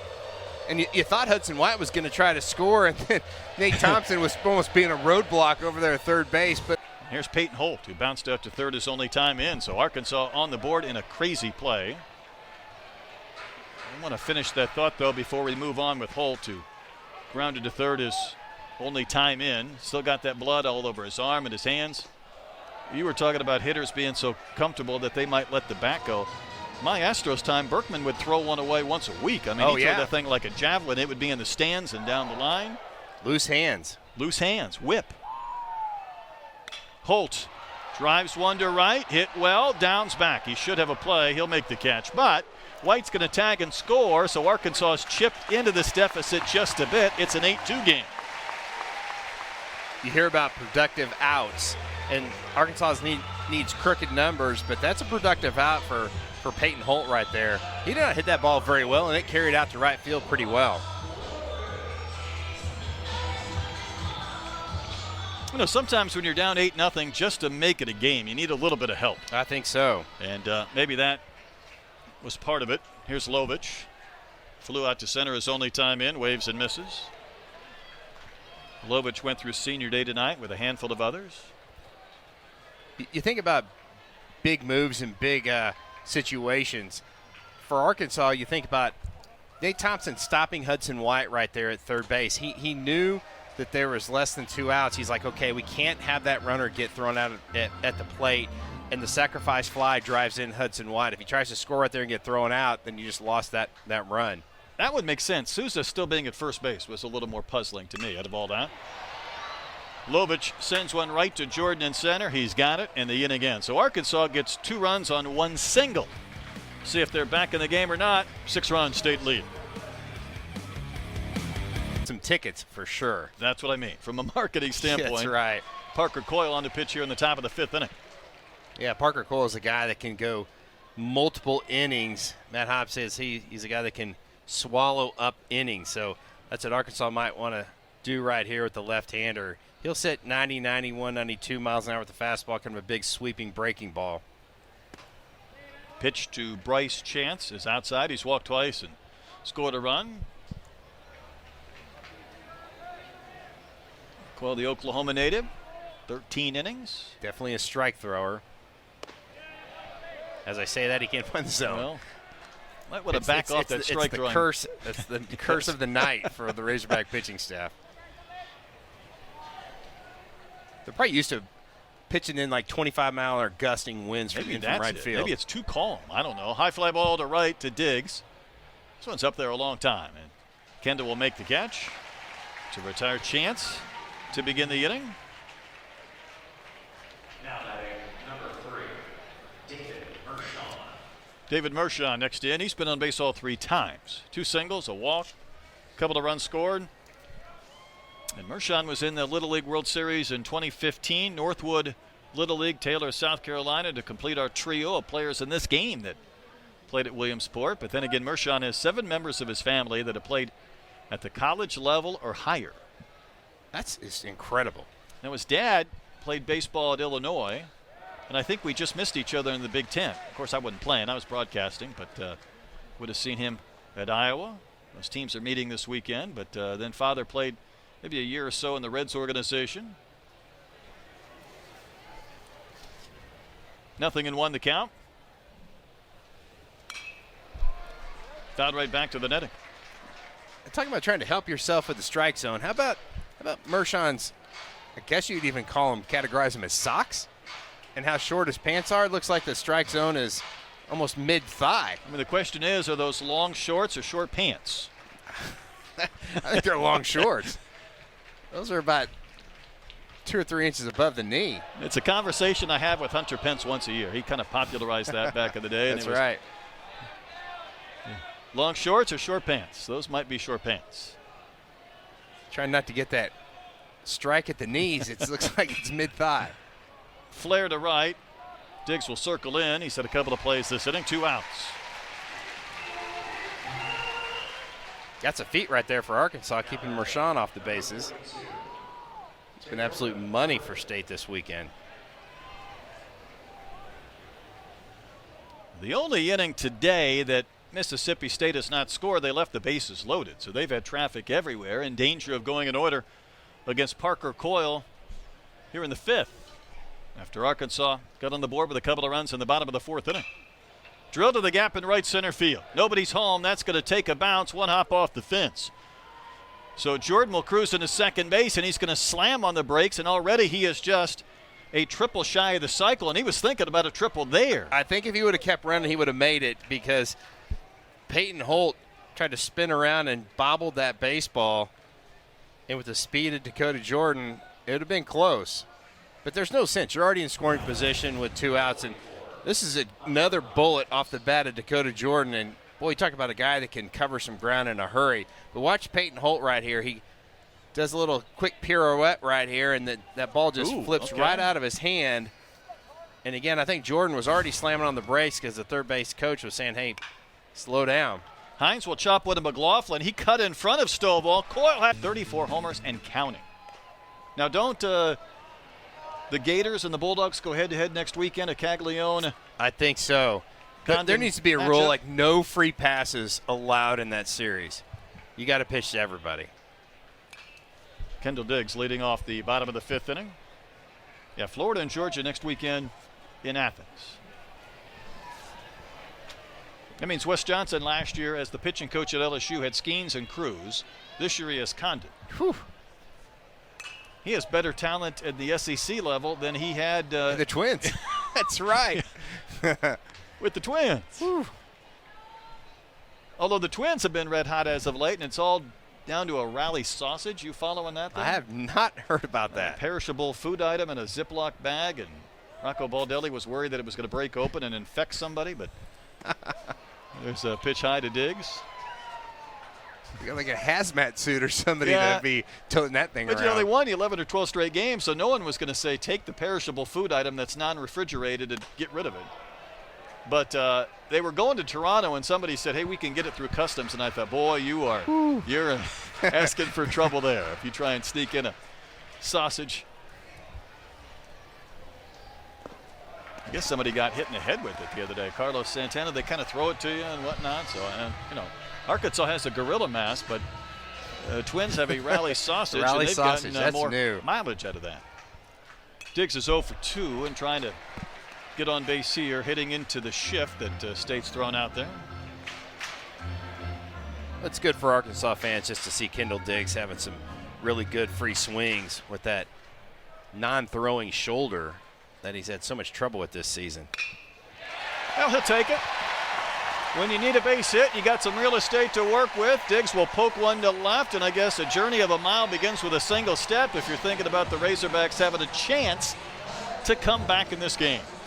I think the big thing for Arkansas is you've got plenty of baseball left to be played. It's not like you have to score all 6 runs this inning, but you do have to capitalize when you have runners on. That's just a great swing. That's a pitch that's up and away, not a bad pitch by Sinja.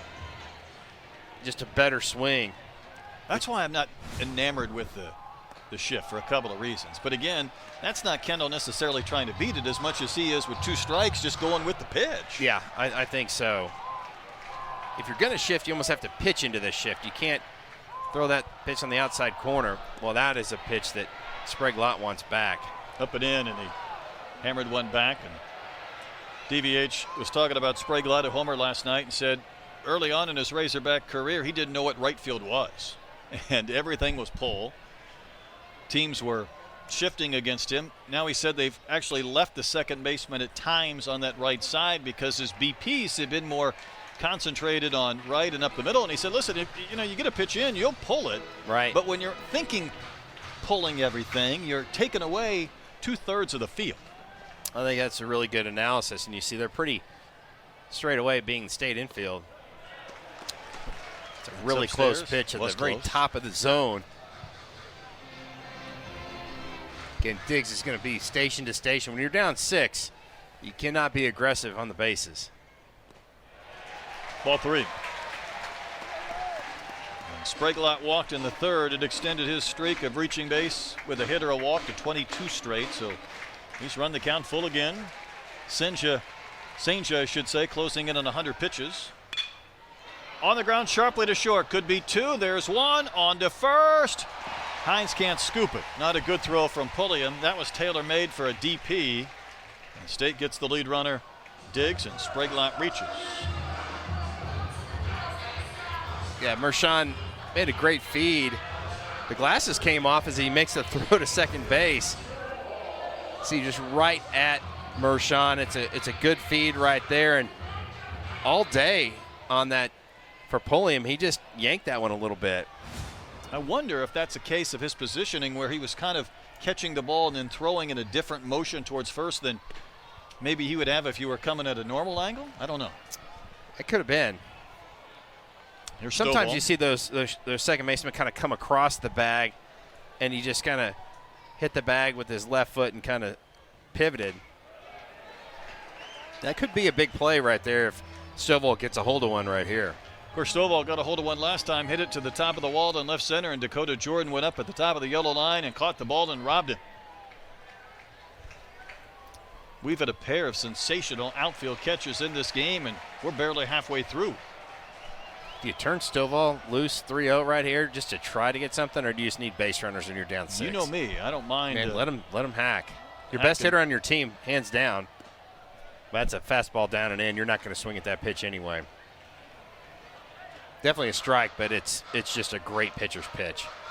So Sage is over 100, Troy, but he hasn't thrown anything left-handed, so this would be a normal pitch count situation. That ball driven to right. Hit well towards the building. Up on top. Goodbye. Stovall just missed one. Back in the third. He did miss that.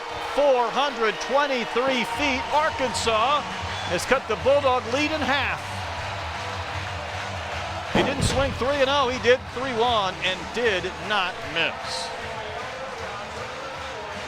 Boy, that baseball was absolutely crushed by Peyton Stovall. And again, that's why he is trying to get his dugout fired up. Almost on top of the building, hit the facade at the very top. There's the gorilla mask for Peyton Stovall. Look at this extension. This ball's just absolutely lit.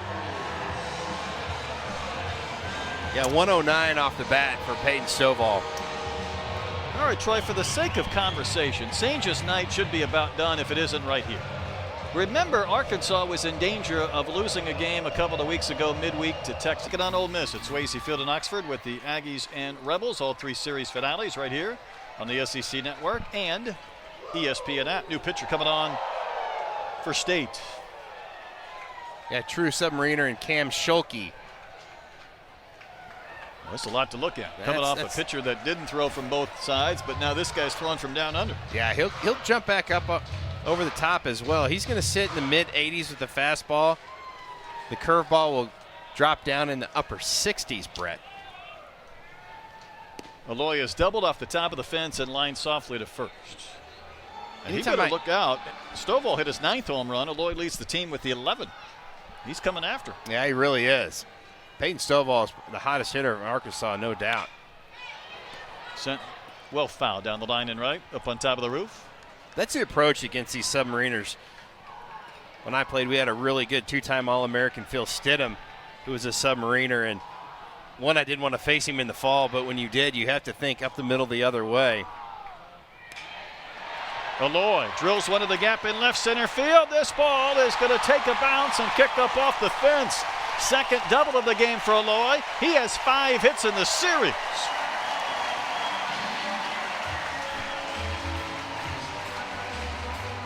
State had chance, really swung around to left field, and when that ball was hit toward the alley, there's no chance for Bryce Chance to get there. Just hit off the end of the bat a little bit by Vahiva Aloy, but got enough of it to drive that baseball into the gap. Arkansas's got something brewing here in the 5th, and they've got to continue to scratch away at that 4-run lead. Still just 1 out. McLaughlin has walked twice. Benny Barrows has been patient, now facing the side-arming right-handed pitcher. Tell you what, Schulke's neck would hurt after 25 pitches, wouldn't it? And it's not just that he comes from down under. There is a violent body shift at some point. It isn't smooth like Quisenberry or some of the other. Yeah, just like a big jerk that he throws. I mean, maybe he's got an in-house, I was going to say in-house chiropractor. Right. Well, he didn't do it quite that time. Yeah, he kind of came up about 3/4 on that one. Maybe that's where he throw the breaking ball to the left-handers. Michigan native out of College of Central Florida. There's the different looking mechanic. It's about 14 inches of sweep on that breaking ball.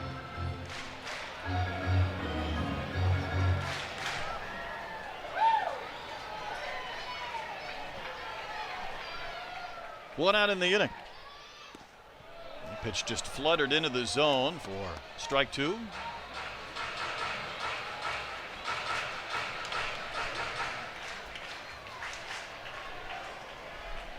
Two-run Stovall homer this inning, giving Arkansas a little bit of hope. Base runners would do the same if McLaughlin can continue to reach. It's White on deck, then Souza.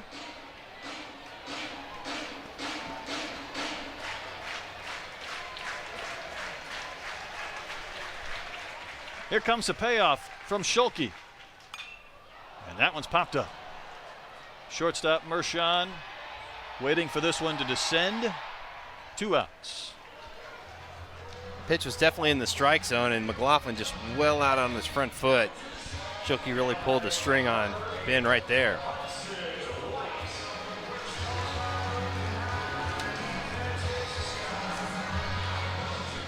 There's the Hudson strike White, out. he's been the big hitter for Arkansas this weekend. 4 RBIs last night, single and a line out today. 3 hits in the series.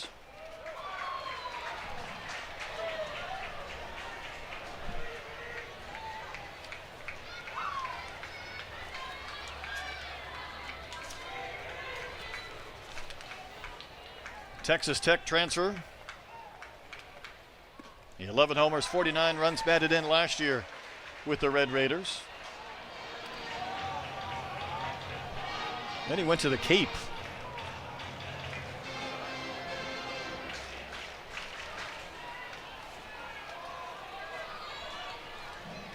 Wonder if he saw a pitcher that looked like this. Cape Cod. I'm not sure. It's like a lot of knees and elbows flying at you. It's in ball 3. I'm just giving White, just like Stovall. Right now, he's one of your hotter hitters. You just got to green light him and hope he just yanks one.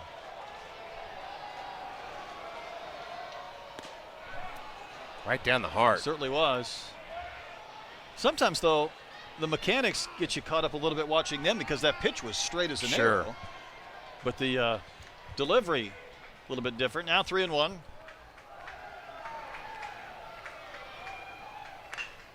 Little bouncer to the right side. Fielded by Hines. The long flip to Schulke to end the inning. So Arkansas will leave it. 3 in the first, 1 in the second, 4 in the fourth. They would love to put another run and answer those 2 by Arkansas, even if it's just 1. Right to McLaughlin. That's easy. 1 pitch, 1 out. Thanks for playing.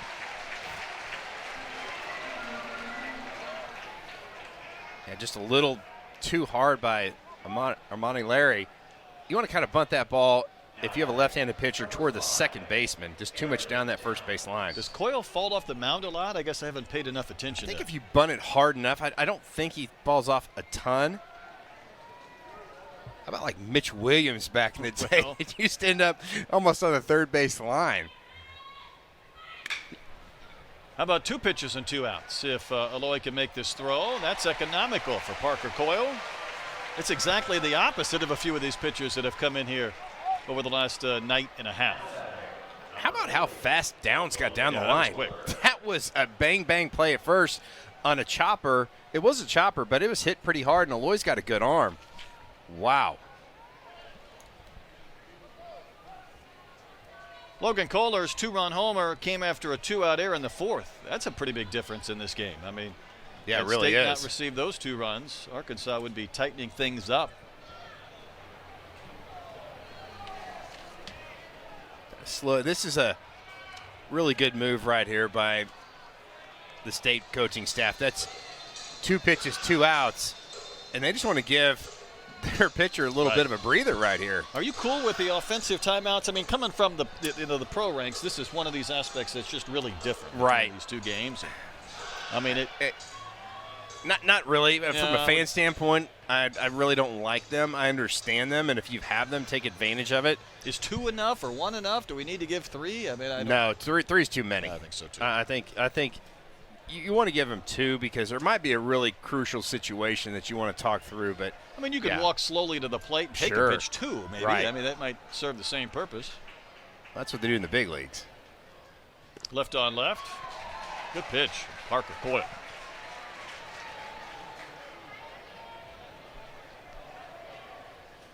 Talk about Steven having some chains. Coyle's got some as well, too. Steven, the pitcher for Mississippi State last night, had one that I think you could tow a car with or something. That thing was serious.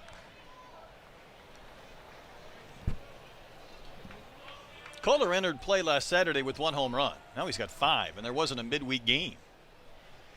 Chris Lemonis was worried about how his hitters could face some live pitching this week. And, you know, you get tired of playing midweek games, and then your concern is, will your pitchers go 4 or 5 days without seeing live pitching before you get Hagen Smith. But tell you what, if nothing else, Logan Kohler's found his stride. That's good news for the Bulldogs. Yeah, I think so. He's got some really good pop, and Coach Lemonis, a good look at him right there. He said, we knew it was in there. It's just a matter of not if, but when it's going to come out.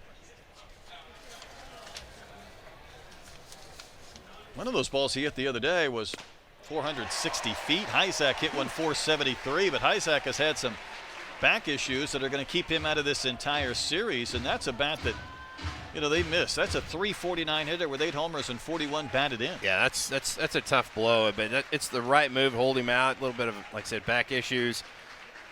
They think they might get him back in a week, but you're just playing sure. for postseason with a guy like that. Sometimes I think part of gaining some offensive momentum is being quick in the field, pitching and defense. We are getting quick innings and getting your guys back out there. Coyle would like a 1-2-3 inning. Does he have one here? He does not. That's a base hit from Kohler, dumped in front of Diggs. Second hit for Logan Kohler in the game. It'll continue. The Dogs 6th. And he continues his hot swinging at the plate, does Logan Kohler. I think sometimes you're worried when a season hasn't gone your way. We were talking about this with Hudson White or maybe Logan Kohler. You get 2/3 of the way through the year, 3/4 of the year. You almost kind of feel like it is what it is. That, right. You know, you're not going to be able to pull out of this. The season has too much momentum or inertia. As Pulliam sends one foul, and you know, you can talk to your blue in the face about resetting and changing your mindset and approach, but sometimes you need a little love, a little success. That's right. It's amazing as a hitter when a bloop will do for you. You know, one of those cheap hits, and then when you really start hitting the ball hard and you find some holes in green grass, it's nice. 0-2. Yeah, you can tell yourself, it's no big deal when I'm hitting 158, but to try to deal with it and battle through it, it's tough. A lot of big scoreboards in the SEC, and you see that number up there. That's Put true. the blinders on. Coyle's going to get the little chopper. Boy, he pounced on that ball quickly. Spins, throws, fires a strike to first. That's a big-time play by a left-handed pitcher. Lefty's hitting 250 off of him, and righty's only 175. Sunday starter the last few weeks, and it just didn't have a good one last week. State lost a chance to sweep Alabama. Here's Nolan Souza. Reached on an air with a couple of crazy throws that led to a run back in the 4th. Souza's 0 for 2. Every Friday night they hand out a set of baseball cards here at Baum-Walker, and this week the first guy on the top of the list was Rick Nomura out of Hawaii, and it was Nomura who recommended Souza somewhat sight unseen to Arkansas to come all the way from Hawaii to the SEC. And I think Arkansas pretty happy that he helped out his alma mater and recommended a fellow Hawaiian. I think, yeah, definitely. This I predict he's going to be an All-American before too long. Big, healthy rip and a miss. Tell you what, those cards yesterday, it was Nomura, then it was Nick Schmidt, who holds the all-time strikeout record for one more week. You got a good pack right there. And Heston Kjerstad could have won a Gold Glove. 2020 casualty, Kevin Kopps, who did win the Gold Glove, and Blaine Knight, who was undefeated in a Friday night role in his junior years last season. How about 14-0 for Blaine Knight that season? This is an interesting pitch right here. You feel like Souza's due to connect with one, but you got the really live fastball and auger. Pitches in. If I said Golden Glove, I meant Golden Spikes, of Golden course. Spikes. Kevin Kopps. That was the bobblehead given out tonight as well. So. Thanks for I'm not saying Jimmy Kevin couldn't Sanchez field his hooking us up. position, but he was a better pitcher than he was. Kevin's very athletic. That's ball 4. Not the way Auger wanted to begin the home half of the 6th. It's got a crowd tonight that's just been waiting to kind of insert themselves into the proceedings. Maybe create a little Baum-Walker mojo or magic. Yeah, I think so. They want to be loud. They're ready to. It just got, I think the fans felt like they just got punched in the mouth by the Mississippi State. Well, That's I think everybody kind of felt that way. what happened. Peyton Holt had a sacrifice fly to right in the fourth. 0 for 1 of the game. Shows bunt, takes a strike. 88 in the corner.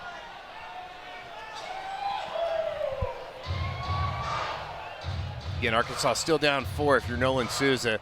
1, you can't get picked off. 2, you need to be station to station.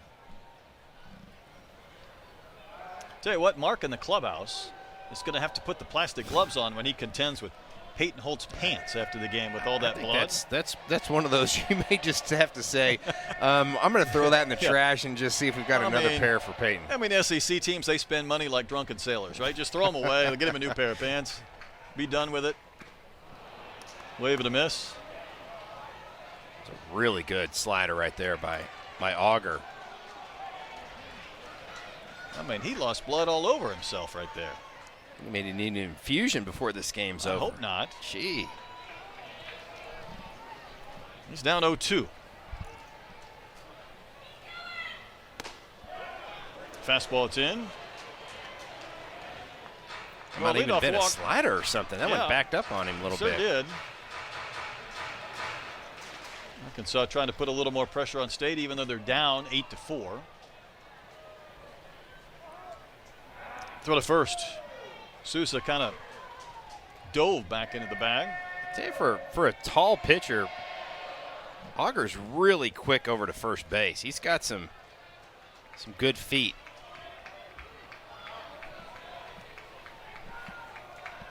Set below his belt. The pitch to Holt. Just did barely make contact. Peyton will learn when he gets to minor league baseball that he's going to have to go get him a new bat. When you cue it off the end of the bat, that's going to split. You see more guys break bats that way than you do get jammed.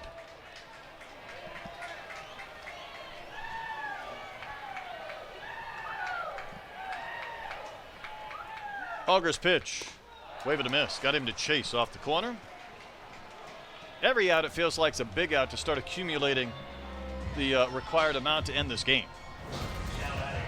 Yeah, that's just a really tight slider. Out of the hand, never close to being a strike, but with 2 strikes, sometimes you feel like you just got to protect it. Now you see why Brooks Auger is so tough on right-handed batters. Lovich called timeout, and I think he said something to Auger about going to his mouth, but maybe not wiping his hand. Oh, I think he was saying, hey, you got to look at me because you're not giving the batter enough time to get set. The batter's got to get his eyes up on the pitcher. Was he doing the Angel Reese, Caitlin Clark thing? Yeah, almost. It was like you got to look at his eyes have got to be on you. So as a pitcher, you got to look at that batter, and if their eyes are looking down the ground, you cannot start your pitch or your motion. Because the rule is they don't want that batter to be defenseless. That's a big advantage if they're trying to get set in the box and the pitcher's ball's already flying on the way home. Lovich has twice flied to Dakota Jordan in center. He's been playing a deep center all night, but a successful one. Arkansas has just 5 hits in the game. There's a lot of real estate down that right field line. Hard hit, base hit, into right. Sousa's going to turn second. He's going to continue to third. Downs will throw towards first. And there's Razorbacks on the corners with 1 out. 102 off the bat of Lovich.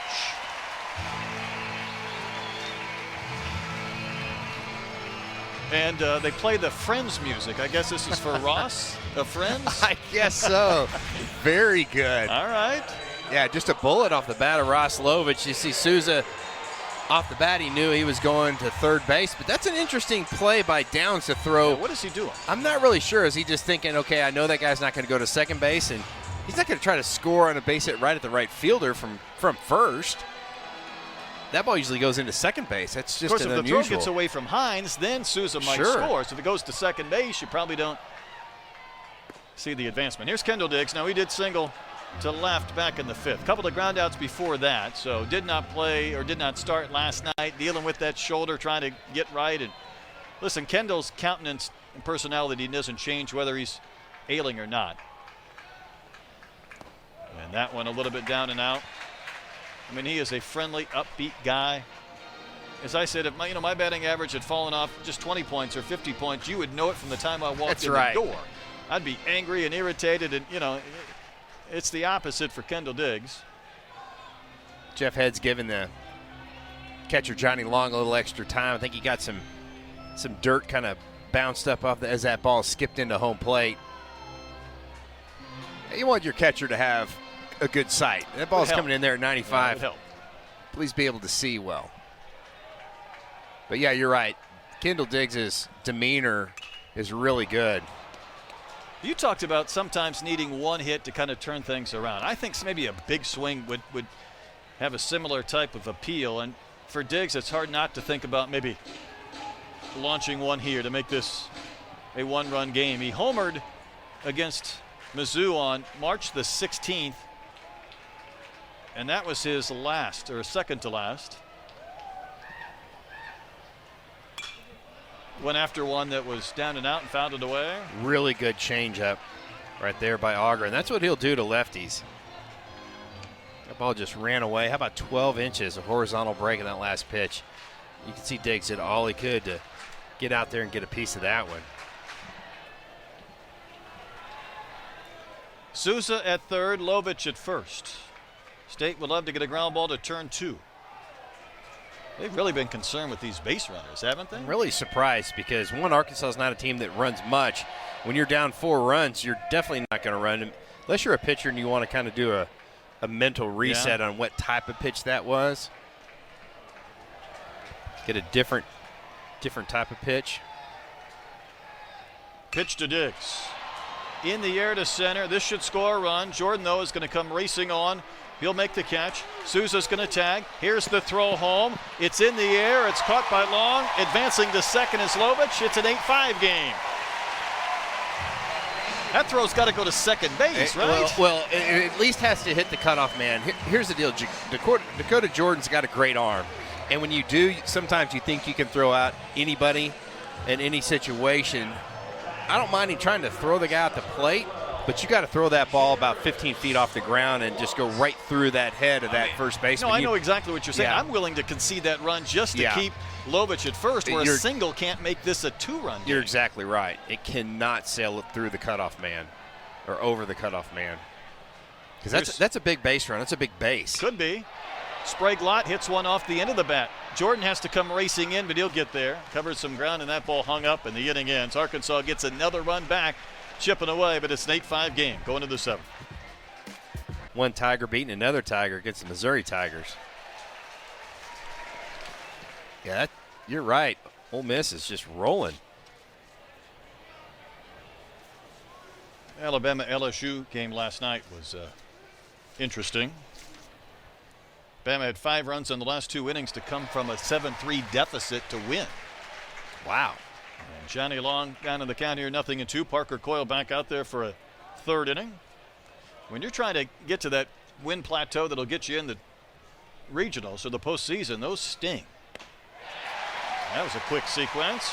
Parker Coyle has been the calm in the storm of some nonsense pitching-wise this weekend. Got a little smile out of Parker Coyle.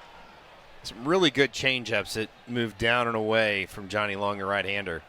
Might see him go straight back to that changeup right here. Such a good pitch. Chance walked his first 2 times up. Bounced out, flew out since. And Bryce Chance takes a strike. I got to tell you, when Bryce walks into an establishment in Starkville, they're going to be asking for his ID for the next 10 years. It looks like he could play on the Starkville High School team, I think. He'll appreciate that in future years to come, that youthful look. That's trouble. Sprague Lott will charge. Throw across his body. Strong throw to get the second out of the inning. That is not an easy play. And you talk about covering a lot of ground. Usually the second a ball gets past a pitcher, as a hitter, you almost think, okay, I've got myself a hit. And boy, Sprague Lott cut that ball off. No chance for Aloy to make that play because Chance can really run. It's been a theme we touched on last night. Arkansas's defense really has been the backbone this year. And I think you could probably at times maybe say the same thing about the Bulldogs, but it helps your pitchers. On nights that they're not sharp, it helps. On nights they are, it shortens the game. And here's Mershon. But it allows a pitcher to throw to contact, pitch to contact a little bit more. And you have to be careful. You can't just throw it right down the middle, but you also don't have to feel like you have to strike everybody out because your defense can't field behind you. But both these ball clubs, again, top in the conference. I think they both came in. I think Mississippi State was 984, Arkansas 983. You know, that carries. You know, you think about basketball, you're shooting in different arenas. Sometimes it's different. You're hitting here versus hitting in a different park. That might feel different. Defense is defense. If you can play it, you'll win a lot of games. It is key. You're right, it saves a lot of pitches. You've seen some plays that guys have just absolutely smoked some baseballs, and some outfielders made some spectacular plays.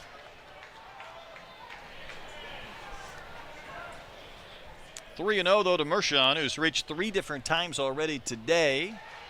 As Coyle finds the strike zone. Mershon's got a little bit of pop. 4 bombs, 34 RBIs.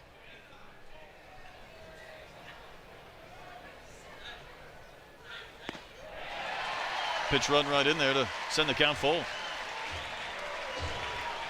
This is one of those at-bats for David Mershon. He's going to say, I'm going to make him throw 3 strikes in a row because I know I can hit with 2 strikes.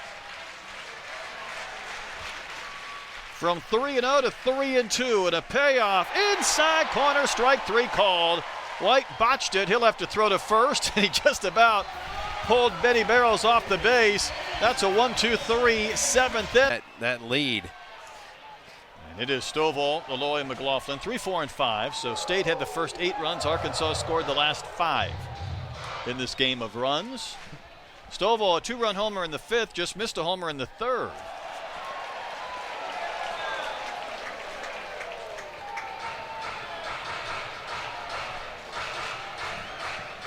See what Brooks Auger does right here on 2-0 to Peyton Stovall. Do you challenge him? He paint on the outside corner. Just run one on the outside corner at 93. Be a big win for State, trying to get their 15th in league play. Take one from Arkansas here at Baum-Walker. Lifted to left, but Stovall got into that too much. And the play will be made by Chance. When you look at Mississippi State, and there's a variety of different polls, but their highest rank is 12 from Baseball America. Perfect Game had them 20th. Coaches had them 15th. That's a pretty wide range there. It really is. 12 to 20. I think D1 Baseball really gives a lot of credit for wins in the SEC. Maybe even more than some of those other polls. Aloy has 2 doubles. He check, he did.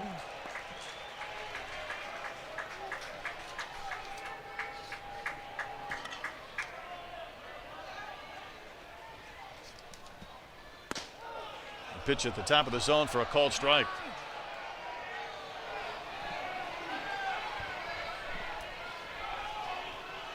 Every out that State's able to record will kind of limit some of the hope here at Baum-Walker Stadium.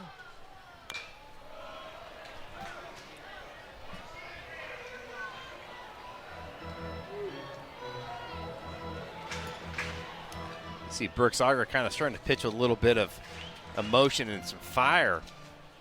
Kind of snatched at that baseball. It's like, I'm ready to go.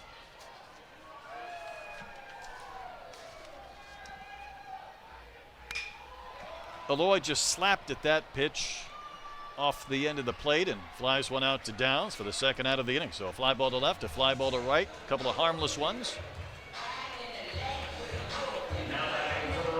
It's a good job by Brooks Auger making Vahiva Aloy expand that strike zone. That baseball, it's about a couple baseballs off the plate.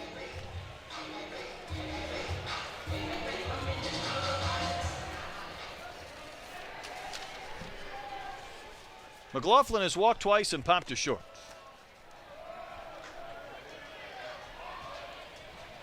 Keep in mind that Mississippi State will go home and face Missouri for 3 games next weekend. They have a midweek game against North Alabama as well.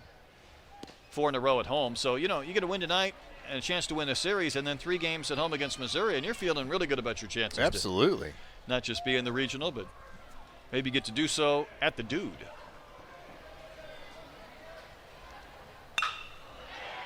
Knocked down by the first baseman, Hines. He's going to pick it up. Throws to August. He walked with the bases loaded and got an RBI. You know, he's walked 42 times this year. The number that kind of caught my attention, he's been intentionally walked 11 times. Wow. Teams understand that on days like today, Look at those numbers. That'll make you walk a lot. he can swing games. There have been some years 17 home runs would be near the top in the SEC. It just isn't this year, last year with Kaggs and Condon and Lavalette and Montgomery and, you know. Freaks. Yeah, freakish offensive seasons.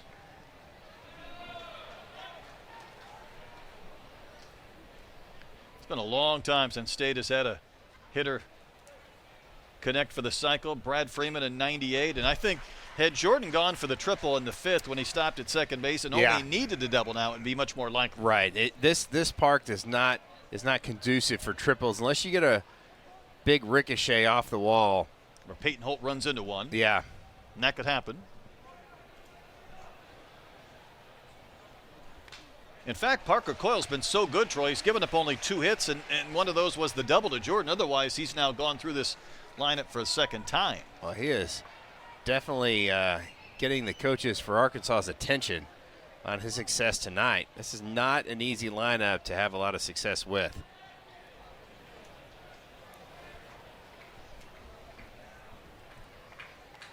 Right down the chute, strike 3 call.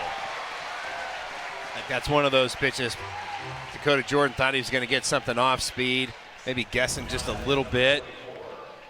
Just a fastball right there.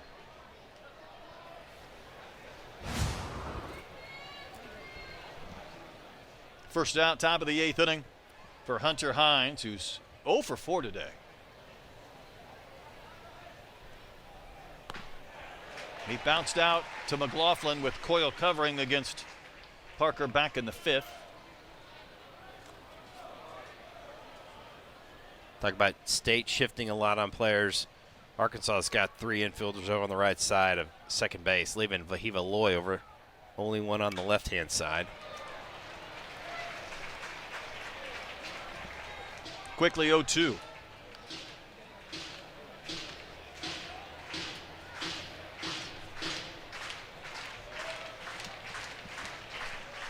Digs really deep and right.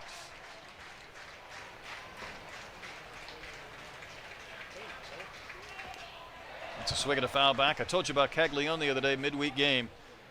I don't know if it's USF or UCF. They had 4 outfielders. The second baseman was the 4th outfielder. The third baseman was on the right side. There wasn't anybody even close to the left side of the infield, and you know what? He went 2 for 4 with a home run, so he didn't care. just hit around it, hit through it, over it, whatever it takes. 2-strike pitch. When I say through it, Caglione might hit a ball through somebody, through their glove possibly. Yeah, it could happen. What, he hit a 115-mile-an-hour ground ball to Jared Spraglott, and Spraglott goes, it fielded me, it caught me. Hines trying to get on with 1 out in the 8th. 8-5, State in front. Ripped into the right field corner. That is down. And remember, Diggs was deep. He might have a chance to throw him out at second base with an accurate throw. And that's a double for Hines, his first hit of the night. That swing right there and that same pitch reminded me of the bases loaded pitch by Hagen Smith. That's a slider that's left up over the plate.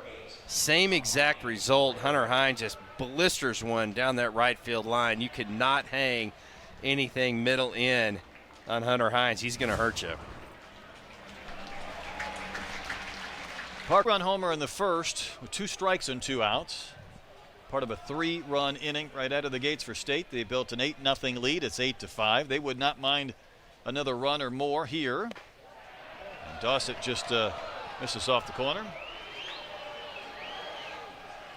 Arkansas has won the last 4 series against State. 3 of those have been sweeps. The Bulldogs really trying to change both of those outcomes. Oh my goodness. 17th time this year that Larry has been hit by a pitch, and he just quite frankly could not get out of the way. And those are always scary. You're going to take a good look at him right here. I think this is definitely wise. There's a guy at Georgia, Collins, who's been hit by a pitch 23 times, and Larry even has a smile on his face. But that was scary. A 93 off the lid. Yeah, That's off the lid. no fun. He's been hit 46 times in his college That's career. just insane. Feels like a lot, doesn't it?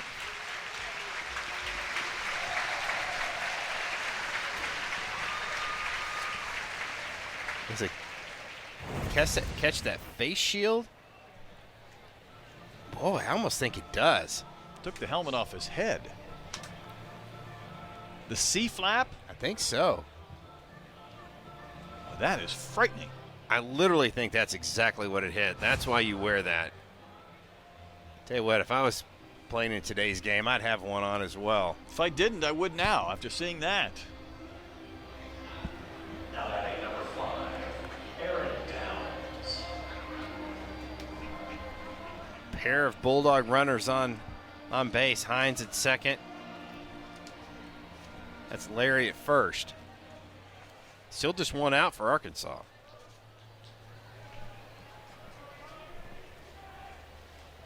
Downs is 0 for 3, scored a run. He's going to be a tough guy to double up. We saw his speed on just a regular chopper to Vahiva Loy. Almost beat it out.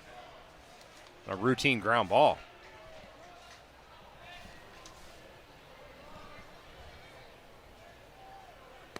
Felt like one thing Arkansas didn't do early in the year was turn double plays, and then when Stovall came back, they started to get their fair share of the twin killings, and they could use one here. Yeah, they really could. Pitch was outside. Fans were hooting and hollering.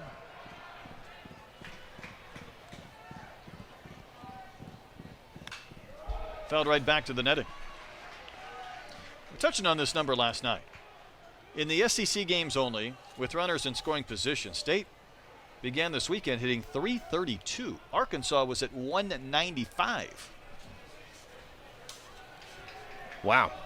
I mean, that's a light year of a difference. Popped up. Will McLaughlin have a play? He has a long run just to get over there near the railing, and it's against the screen above the dugout. Still rolling.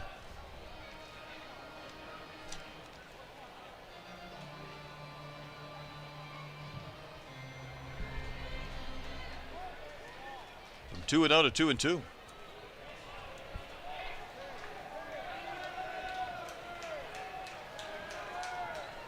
Arkansas has turned 21 double plays on the season.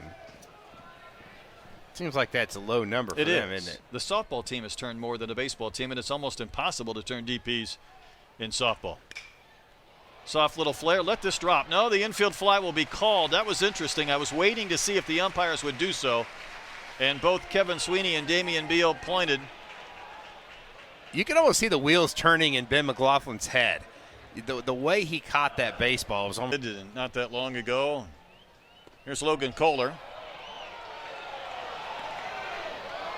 Kohler had a 2-run homer in the fourth.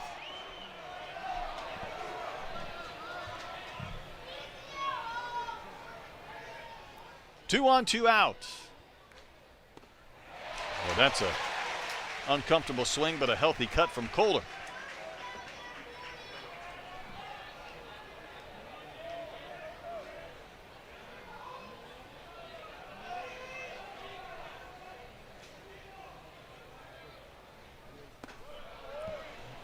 Of course, Hewlett was at Kansas. Logan Kohler started at Oklahoma, went to Memphis. Who knows? Maybe they faced each other a few years ago in the Big 12.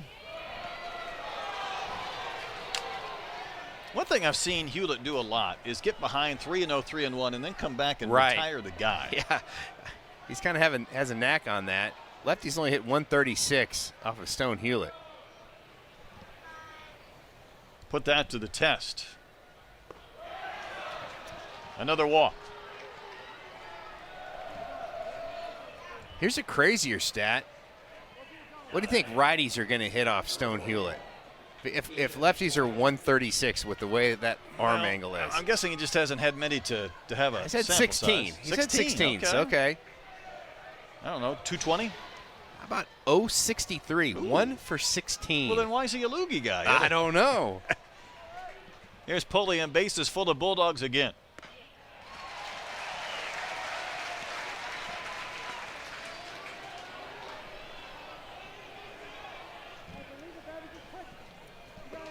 Last time State scored was back in the 4th inning. Last 2 runs of that frame were unearned, but regardless, chance to get back in the run column here in the 8th, but Pulliam down 0-2. Fan played the carom off the net. He's pleased with himself. He should be. That's like being at an arcade. Skimming off the net. These are some big runs right here. Arkansas cannot afford to get down anymore, and State would love a knock right here. That's a swing. Doesn't matter. That's strike 3. Hitting over. Hewlett walks the lefty. Terrible. Nothing like a baseball team to help you pull a tree off a road. Hudson White will smoke one foul outside the bag at third base, leading off the bottom of the 8th inning. Arkansas down 3 and down to their final 6 outs. Yeah, that's one of those balls that if you're an Arkansas fan, you just wish that thing would have been fair, really would have sparked this crowd.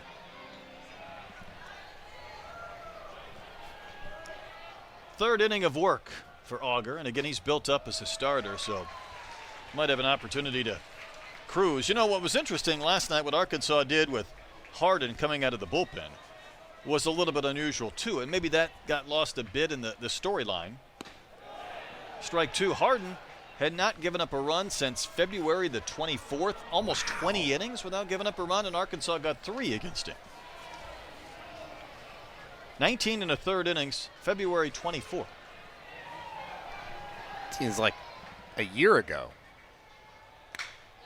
That's a one-hopper that is bobbled by Mershon, and Arkansas is going to get a base runner. I think that ball was hit so softly it kind of locked up Mershon. Yeah, he tried to be aggressive and come get that baseball, and I think almost maybe a little too aggressive. I think he was anticipating a harder hop. I do too. Hudson White runs well for a catcher. You can see he just kind of knocked it down, did Mershon. He made that play pretty close, but easily White's on, and Arkansas, you've got to get one right here. One. That scored a single, and Souza will bat. Nolan walked and scored in the 6th. He scored in a sac fly from Kendall Diggs.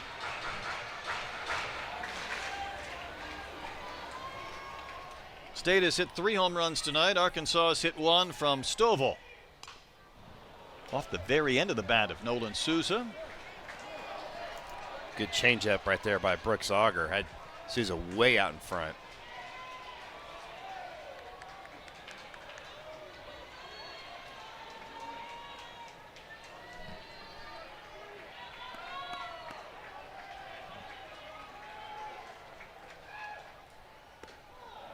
A little bit outside. Doubled up the changeup.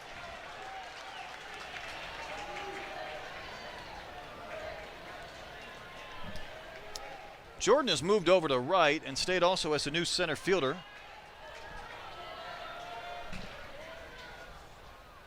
On the corner, strike 3 call. Big first out of the inning. That's O'Brien in center. Jordan moves over to right. That's a big strikeout by Brooks Auger. Just landed that overhand breaking ball.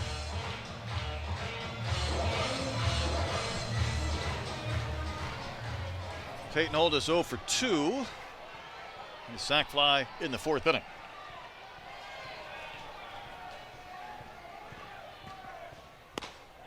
Dave Van Horn referred to the win last night by Arkansas as gritty. I think it's been a gritty comeback attempt. The question is, will they have enough? And State's continue to stay ahead of the curve a bit, even despite some base runners from Arkansas in these last several innings. It was Holt who kick-started that eighth yesterday, a 3-run eighth against Hardin with a leadoff single, and then Aloy had an RBI base hit. Hudson White had a 2-run single. I think you're going to see Brooks Auger just continue to nibble on that outside corner. Got Peyton Holt to expand the zone in his last at-bat. 2 strikes the count. Down and out. I think the writer, Matt Jones, referred to Arkansas's comeback last night as a triple dose of respondability. That's a good word. It is. Respondability. This has been running uphill for a majority of the game.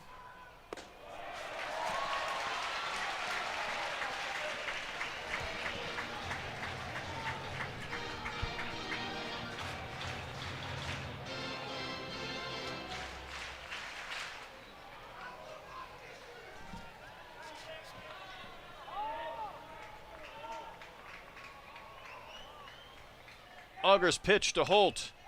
Big bouncer to the right side, and that's going to dribble on into right field. White didn't see where the baseball was at, and he stopped at second base. Boy, Nate Thompson is all over Hudson White out there at second base. He's like, you got to pick me up. If you don't know where that baseball is, if the ball's hit behind you as a base runner, that's what you got to do. You got to pick up that third base coach, and he's going to tell you what to do in that situation because it was 62 miles an hour off the bat. That thing was going to bounce for a long, slow time out there on the grass in right. Again, you're running towards second base. You cannot see where that ball is, but again, you've got to pick up that third base coach. He's going to be the one to tell you.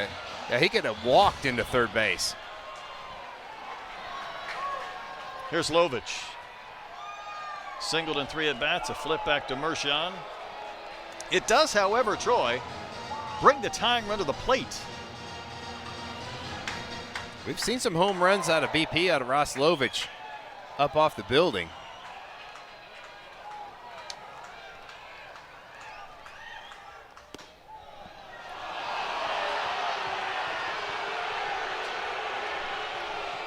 Fans didn't like that when Lovich homered against his former team, Missouri, on March the 15th. And that was the last.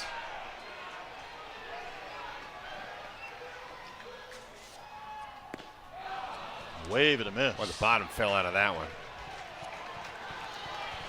The changeup the pitch before was the one to swing at. White at second, Holt at first. Auger working to Ross Lovich. A little bit outside. Kendall Diggs on deck, then Sprague Lotso. Arkansas starting to get towards that portion of the lineup they would like to see bat with runners on base or in scoring position.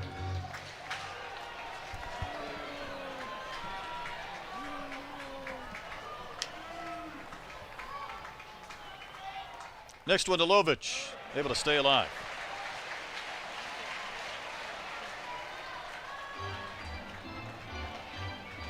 I think that's a different shade of maroon on those sleeves right now for Auger. Almost 50 pitches into his relief outing. Entered the game to begin the bottom of the 6th. Lovich actually singled off Auger that inning.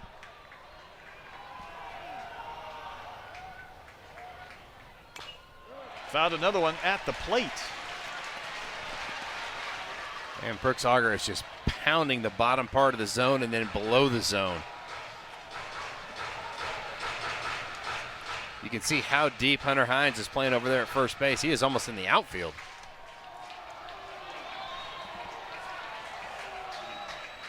Another big pitch from Auger to Lovich. Ross continues to spoil them.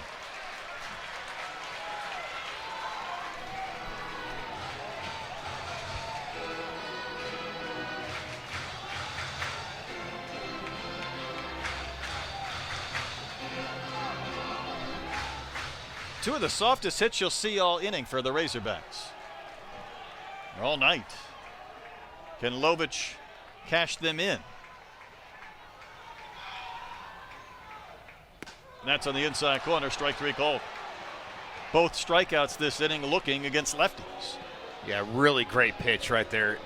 Down and in, but Brooks Auger just locked up Ross Lowitt. He saw a bunch of breaking balls, and he just dotted that.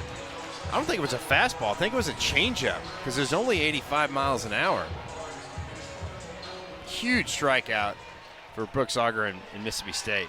Diggs had a sac fly against Auger in the 6th.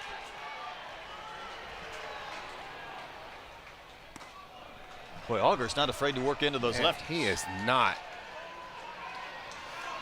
Tell you what, Kendall Diggs has hit a bunch of big-time 3-run homers in his career.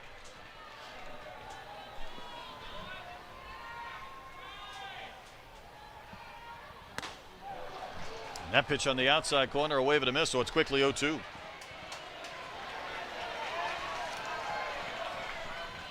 Now he's got to battle a little bit.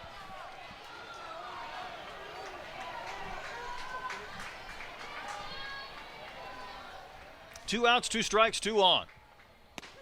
On the corner. And Auger with back-to-back Ks after giving up a couple of singles. As well, about 90. He's going to look at 9-1 and 2. The tough part for Jake in Arkansas is that Dave Van Horn intended to use Faraday to close last Sunday in Kentucky. Arkansas didn't win the game. There was no game to close. And for Faraday, of course, a Kentucky native, he didn't get in over the series.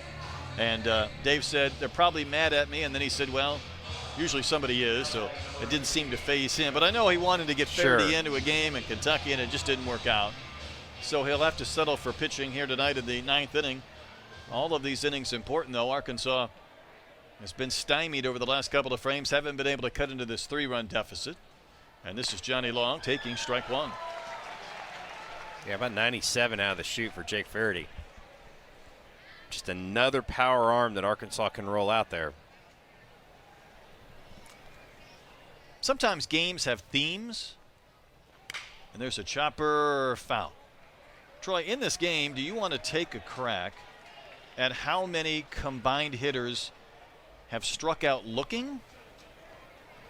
I'm not going to look at the chart. I mean, my scorebook. I'm going to say 6. I've got 9. Wow. That's crazy.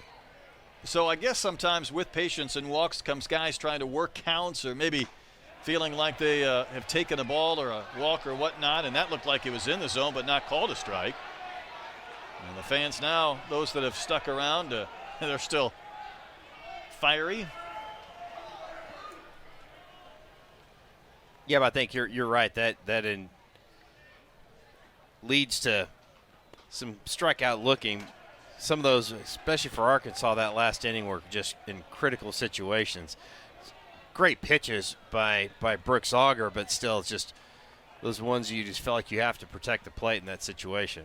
Just want a chance, I think. Sure. Maybe, if you're in the Arkansas dugout.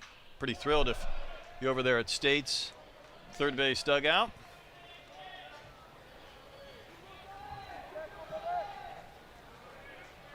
Two o'clock tomorrow. It'll be on the network.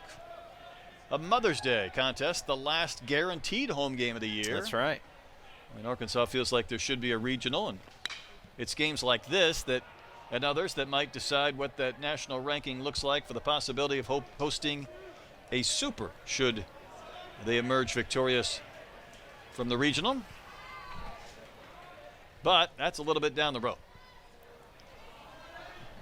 Battle right here by Johnny Long. Ball Just 3. yanked that fastball. Threw a back-to-back cutters. How would you like to throw a cutter 92 miles an hour? That's what Faraday did in the pitch before last.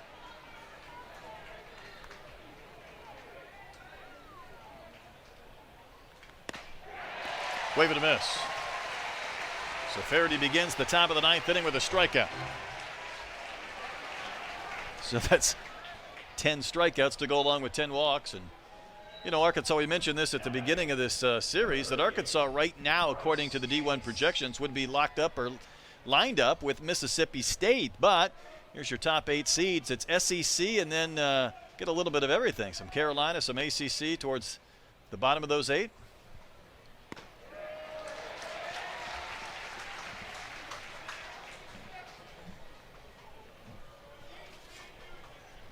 back to the top of the lineup for the 6th time. A one-hopper to Stovall.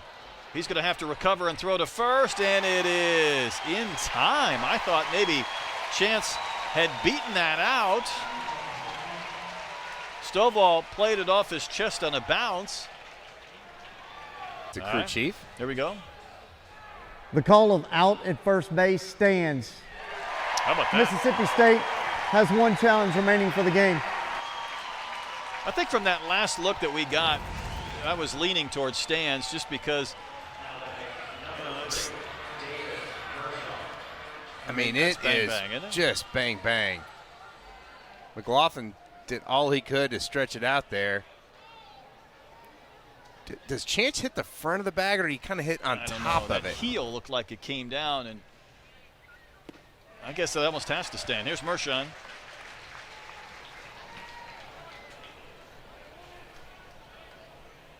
He scored 2 of the 8 Bulldog runs in the game. He's working that gum now. He is.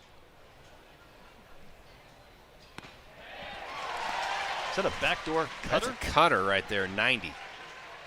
He's got it up to 92. He's been 97 with the fastball. If you throw that pitch in that spot, it's probably not being put in play. No. It's like it not even be swung at.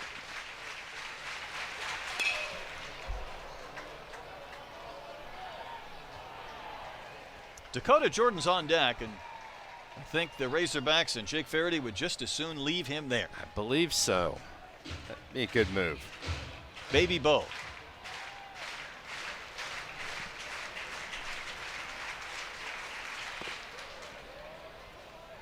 I'd be curious to know if somebody could tell me the number of 0-2 situations hitters have been in tonight. 0-2, 1-2?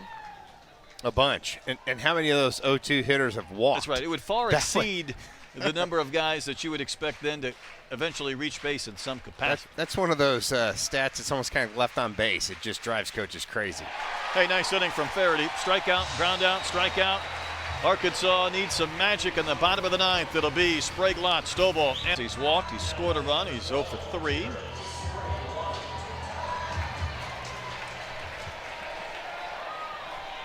Arkansas has had just 8 hits in the game. Davis is one of those guys that has improved quite a bit, because a year ago his earned run average was 9+ in 22 innings.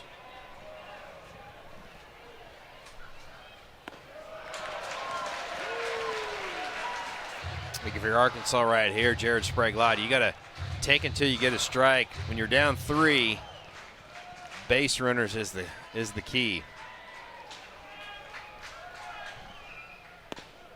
Did take a strike, 2-1. Arkansas had the tying run to the plate twice last inning, but both Lovich and Diggs struck out looking.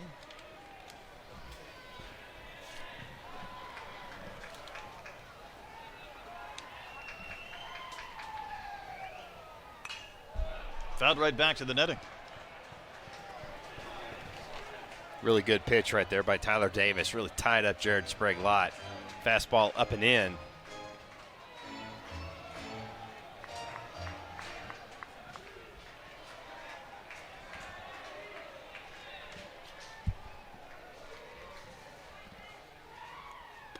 Inside to Sprague-Lott. That came somewhat close to maybe getting him on the hands.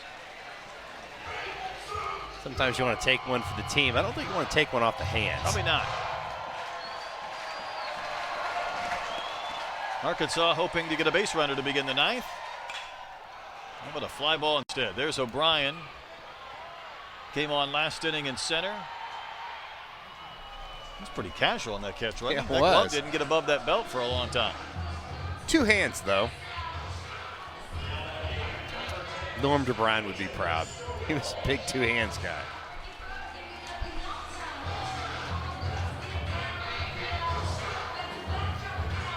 Mississippi State trying to even this all-time series at 58 wins apiece, setting up the ultimate rubber match tomorrow.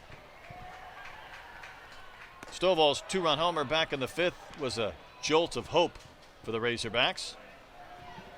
Arkansas stranded 8 tonight, but State has left a dozen.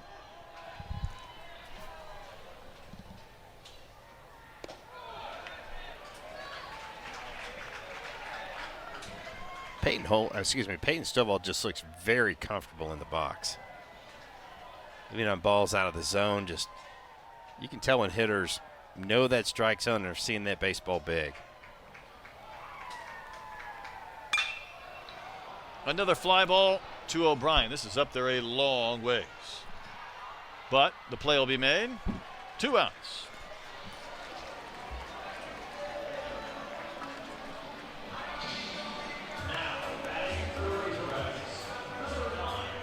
Now it's up to Vahiva Loy.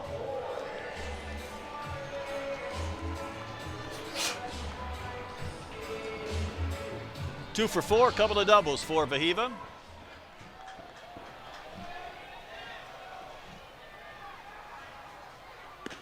And that's a big rip and a miss. A&M lost today. Kentucky lost today. Tennessee won. Arkansas in danger of losing as well. They're going to have to get busy. Baseball's a funny game. Arkansas down to its final strike. By the way, speaking of cops in 45, the way that this pitcher comes into the crouch, watch Davis. Does this remind you of Kevin when he goes right, watch this, right here? Yeah, a little bit. From hanging the left that arm side? down. Arkansas still alive by maybe an inch or 2 as Aloy singles over the leap of Kohler. That's 3 hits for Vahiva and 6 in the series. Yeah, he's really starting to heat up. And I talked earlier, just missing the home run. He just muscles that one into left field. Kohler tried to have some hops and did all he could. Just couldn't quite reach that one.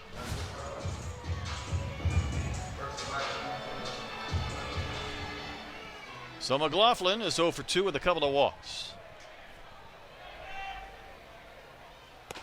That's painted on the corner at 92.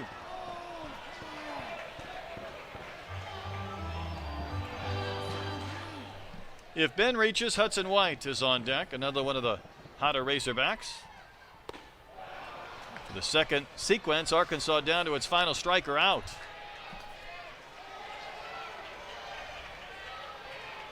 Davis going right after the lefty. Not close.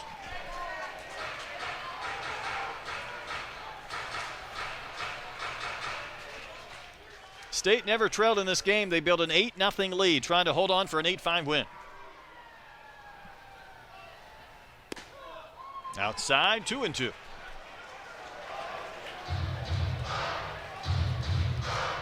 This will bring to close another season for you and I, and we'll become spectators like everybody else. It's been a fun season, that's for sure. A lot of wins here at Baum Walker. Strike 3 called, outside corner. This game is over, and Mississippi State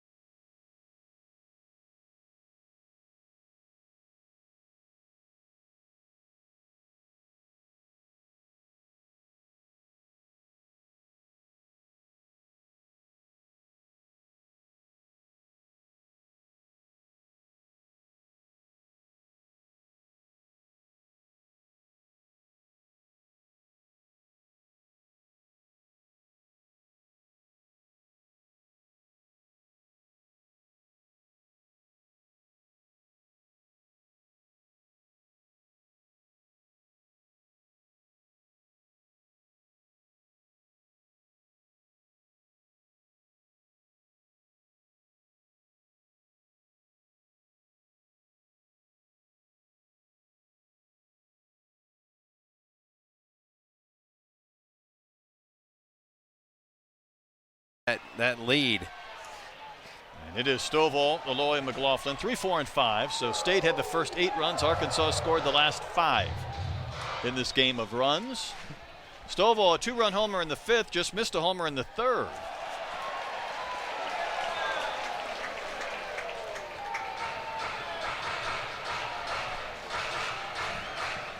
See what Brooks Auger does right here on 2-0 to Peyton Stovall. Do you challenge him? He paint on the outside corner. Just run one on the outside corner at 93. Be a big win for State, trying to get their 15th in league play. Take one from Arkansas here at Baum Walker. Lifted to left, but Stovall got into that too much.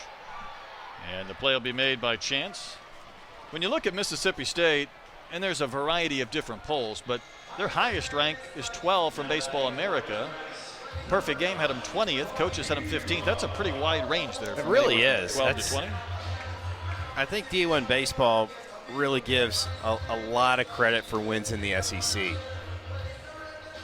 Maybe even more than some of those other polls. Aloy has 2 doubles. He check, he did.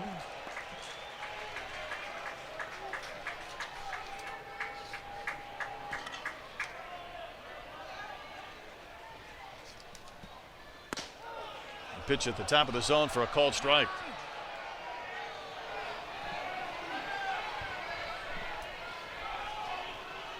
Every out that State's able to record will kind of limit some of the hope here at Baum Walker Stadium.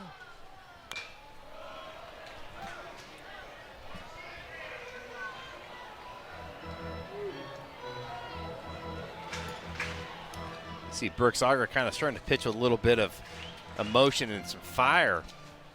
Kind of snatched at that baseball. It's like, I'm ready to go.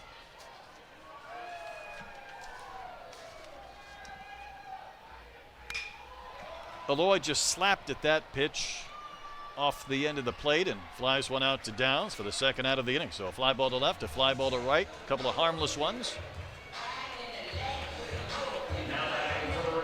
It's a good job by Brooks Auger making Vahiva Aloy expand that strike zone. That baseball, it's about a couple baseballs off the plate.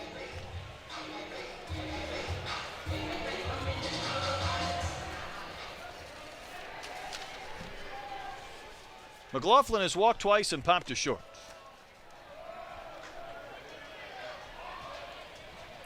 Keep in mind that Mississippi State will go home and face Missouri for 3 games next weekend. They have a midweek game against North Alabama as well.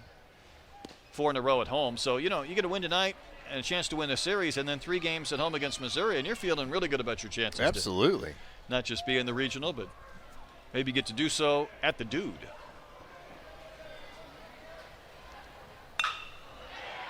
Knocked down by the first baseman, Hines. He's going to pick it up, throws to Auger.